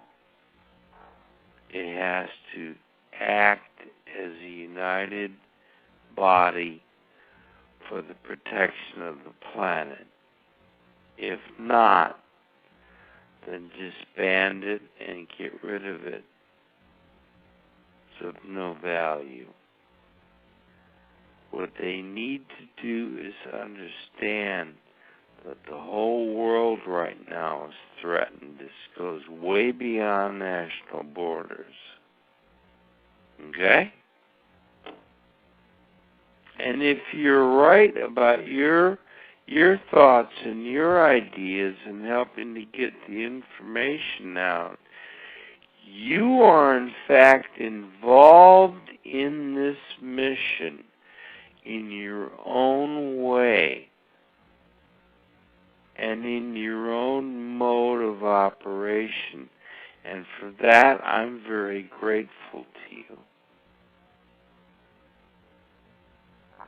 We're reaching lots and lots of people today. What would be your future message to our listeners today who may be taking your research and writing seriously? Well, first of all, I thank them for their interest. It's important in my position that I try to remain calm and collected and be hopefully the educator and the author and the person who gets the information out. You know, I'm not a seer. I'm not a prophet. I don't claim anything like this. All I know is that my research has led me to believe that this planet and times that we are in right now are very significant. It ties in with all the things we've discussed on your program today. And so what I would say is this: all you have to do is watch and listen for the signs. If I'm right about what I'm talking about, things are going to get increasingly worse. If they don't get increasingly worse, then the best that could happen from my discussions with you and the effect of my book on the public is that we get better prepared for whatever is coming at our way and whatever is causing this global warming. The predictions are it's not going to go away. So I'm not out there all by myself making a projection that could go either way. I'm sure it's going to go some way. I predict and I worry that it's going to become more difficult than it's going to become more easy.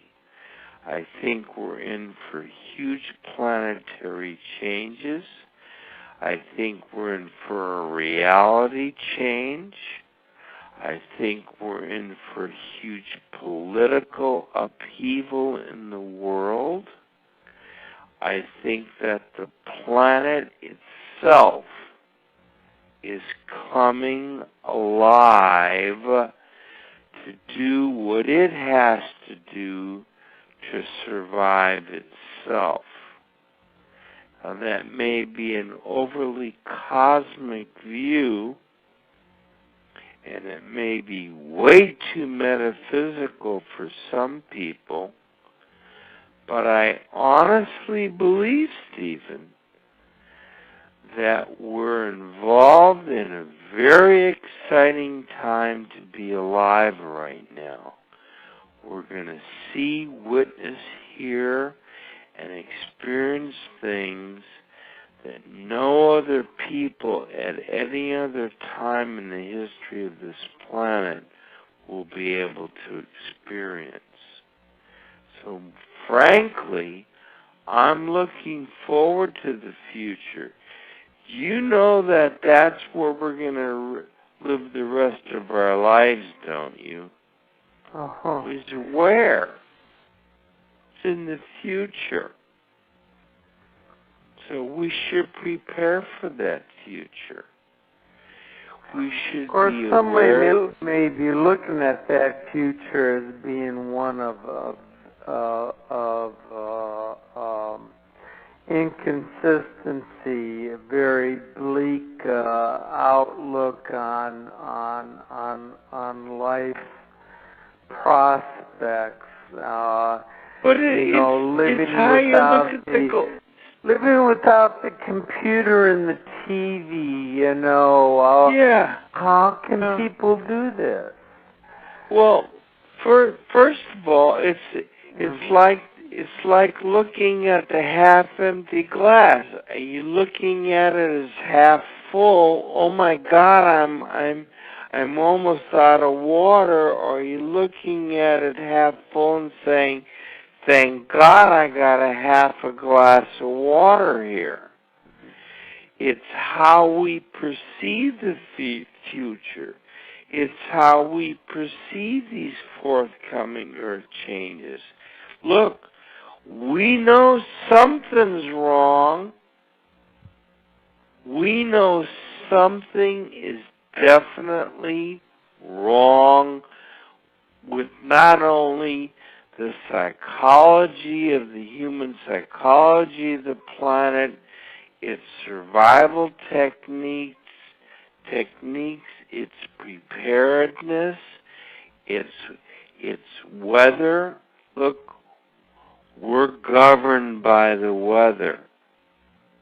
Whether we like it or not, we are prisoners of our environment. We can try to shape the weather, but we can't control it. But the So skeptics, if we understand that that there's the something skeptics wrong, are out there telling us, oh no, it's all just a natural cycle.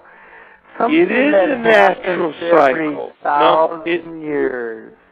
It is, yes, it is a natural cycle, and you've hit it. Yes, it's about every 36 to 4,000 years we believe that this particular cycle comes back with vengeance.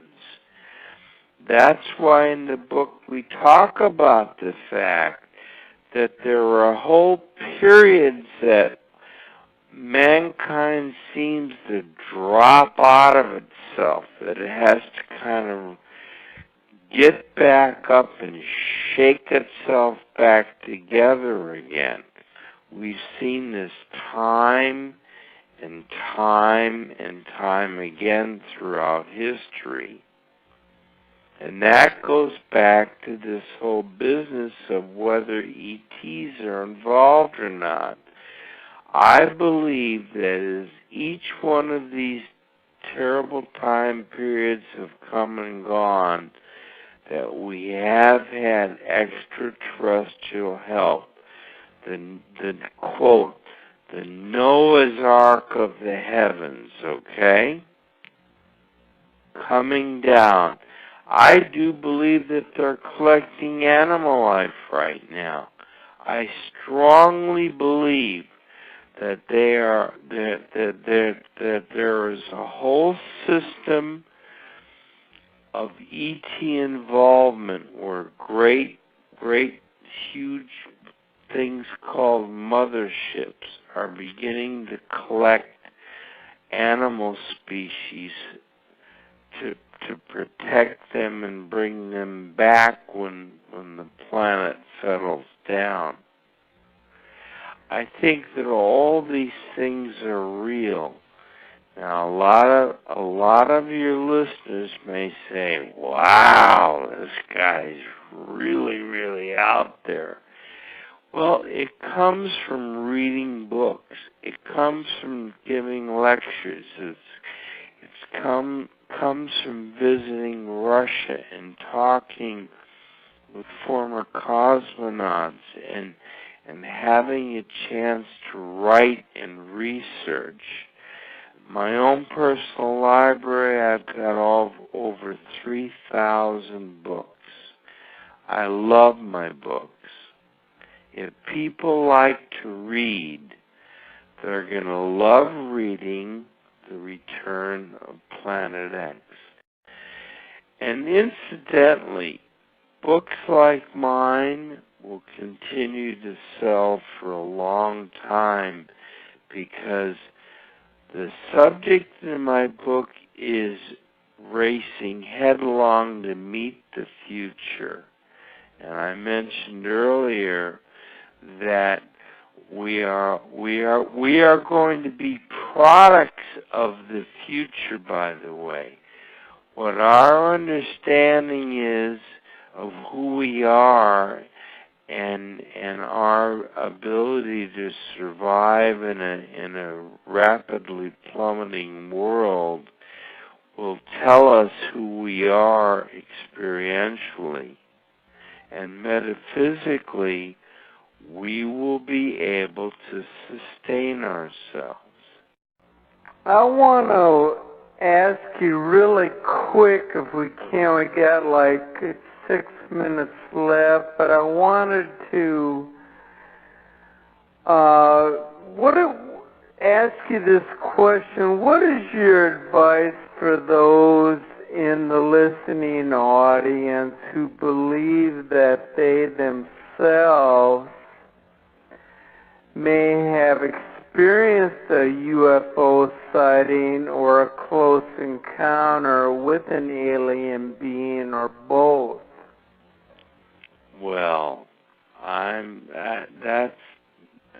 I'm so grateful that you brought that subject up, because it can be a touchy subject for some people, you know. Look, if you had an experience that you honestly believe in your heart that you did experience, that you can either remember or you can write details down, if you yourself are individually convinced that you saw a valid sighting of an object in the sky, you know, flying saucers are all different shapes and sizes. There's wedge shapes, there's boomerangs, there's the round ones, there's the oblong ones. If you think you've had a sighting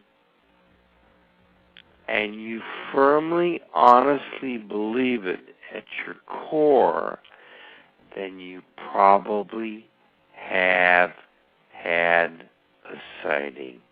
You probably, honestly have had a real-life sighting.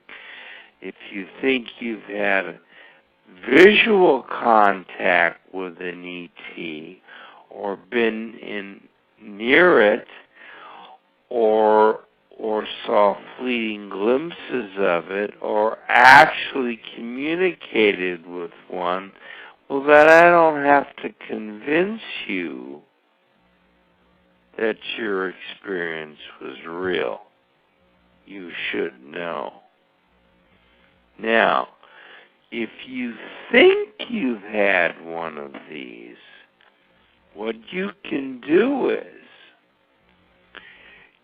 before you go to sleep at night, good exercise, you know, say your prayers, you know, bless me, dear Lord, and all the good stuff, and then lay back and clear your mind, and in your mind, you ask to remember your dreams and your experiences that you will be having now, that you consciously program your mind metaphysically to program and save these memories so that you can replay them in the morning. You will be surprised at the wealth of information that you will start to either remember or become for the first time consciously aware of when you come out of the sleep state. We call it the dream state, by the way. So, you have to rely on yourself, and you have to trust yourself. And if you're not sure of something, and you need to seek information, go to the internet, go to the library, research the information. There's so much information, Stephen, out there right now that there's no reason why anyone should be afraid of these subjects or not understand them or feel that they can't interact with them. That's what these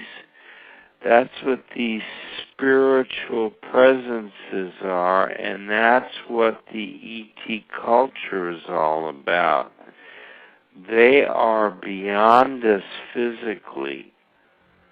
They are in other dimensions.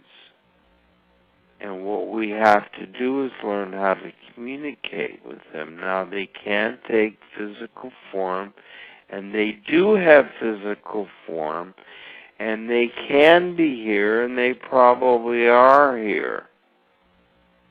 And like we said earlier, yes, I do believe that our human species has been cultivated, and I believe that has been altered and changed and enhanced.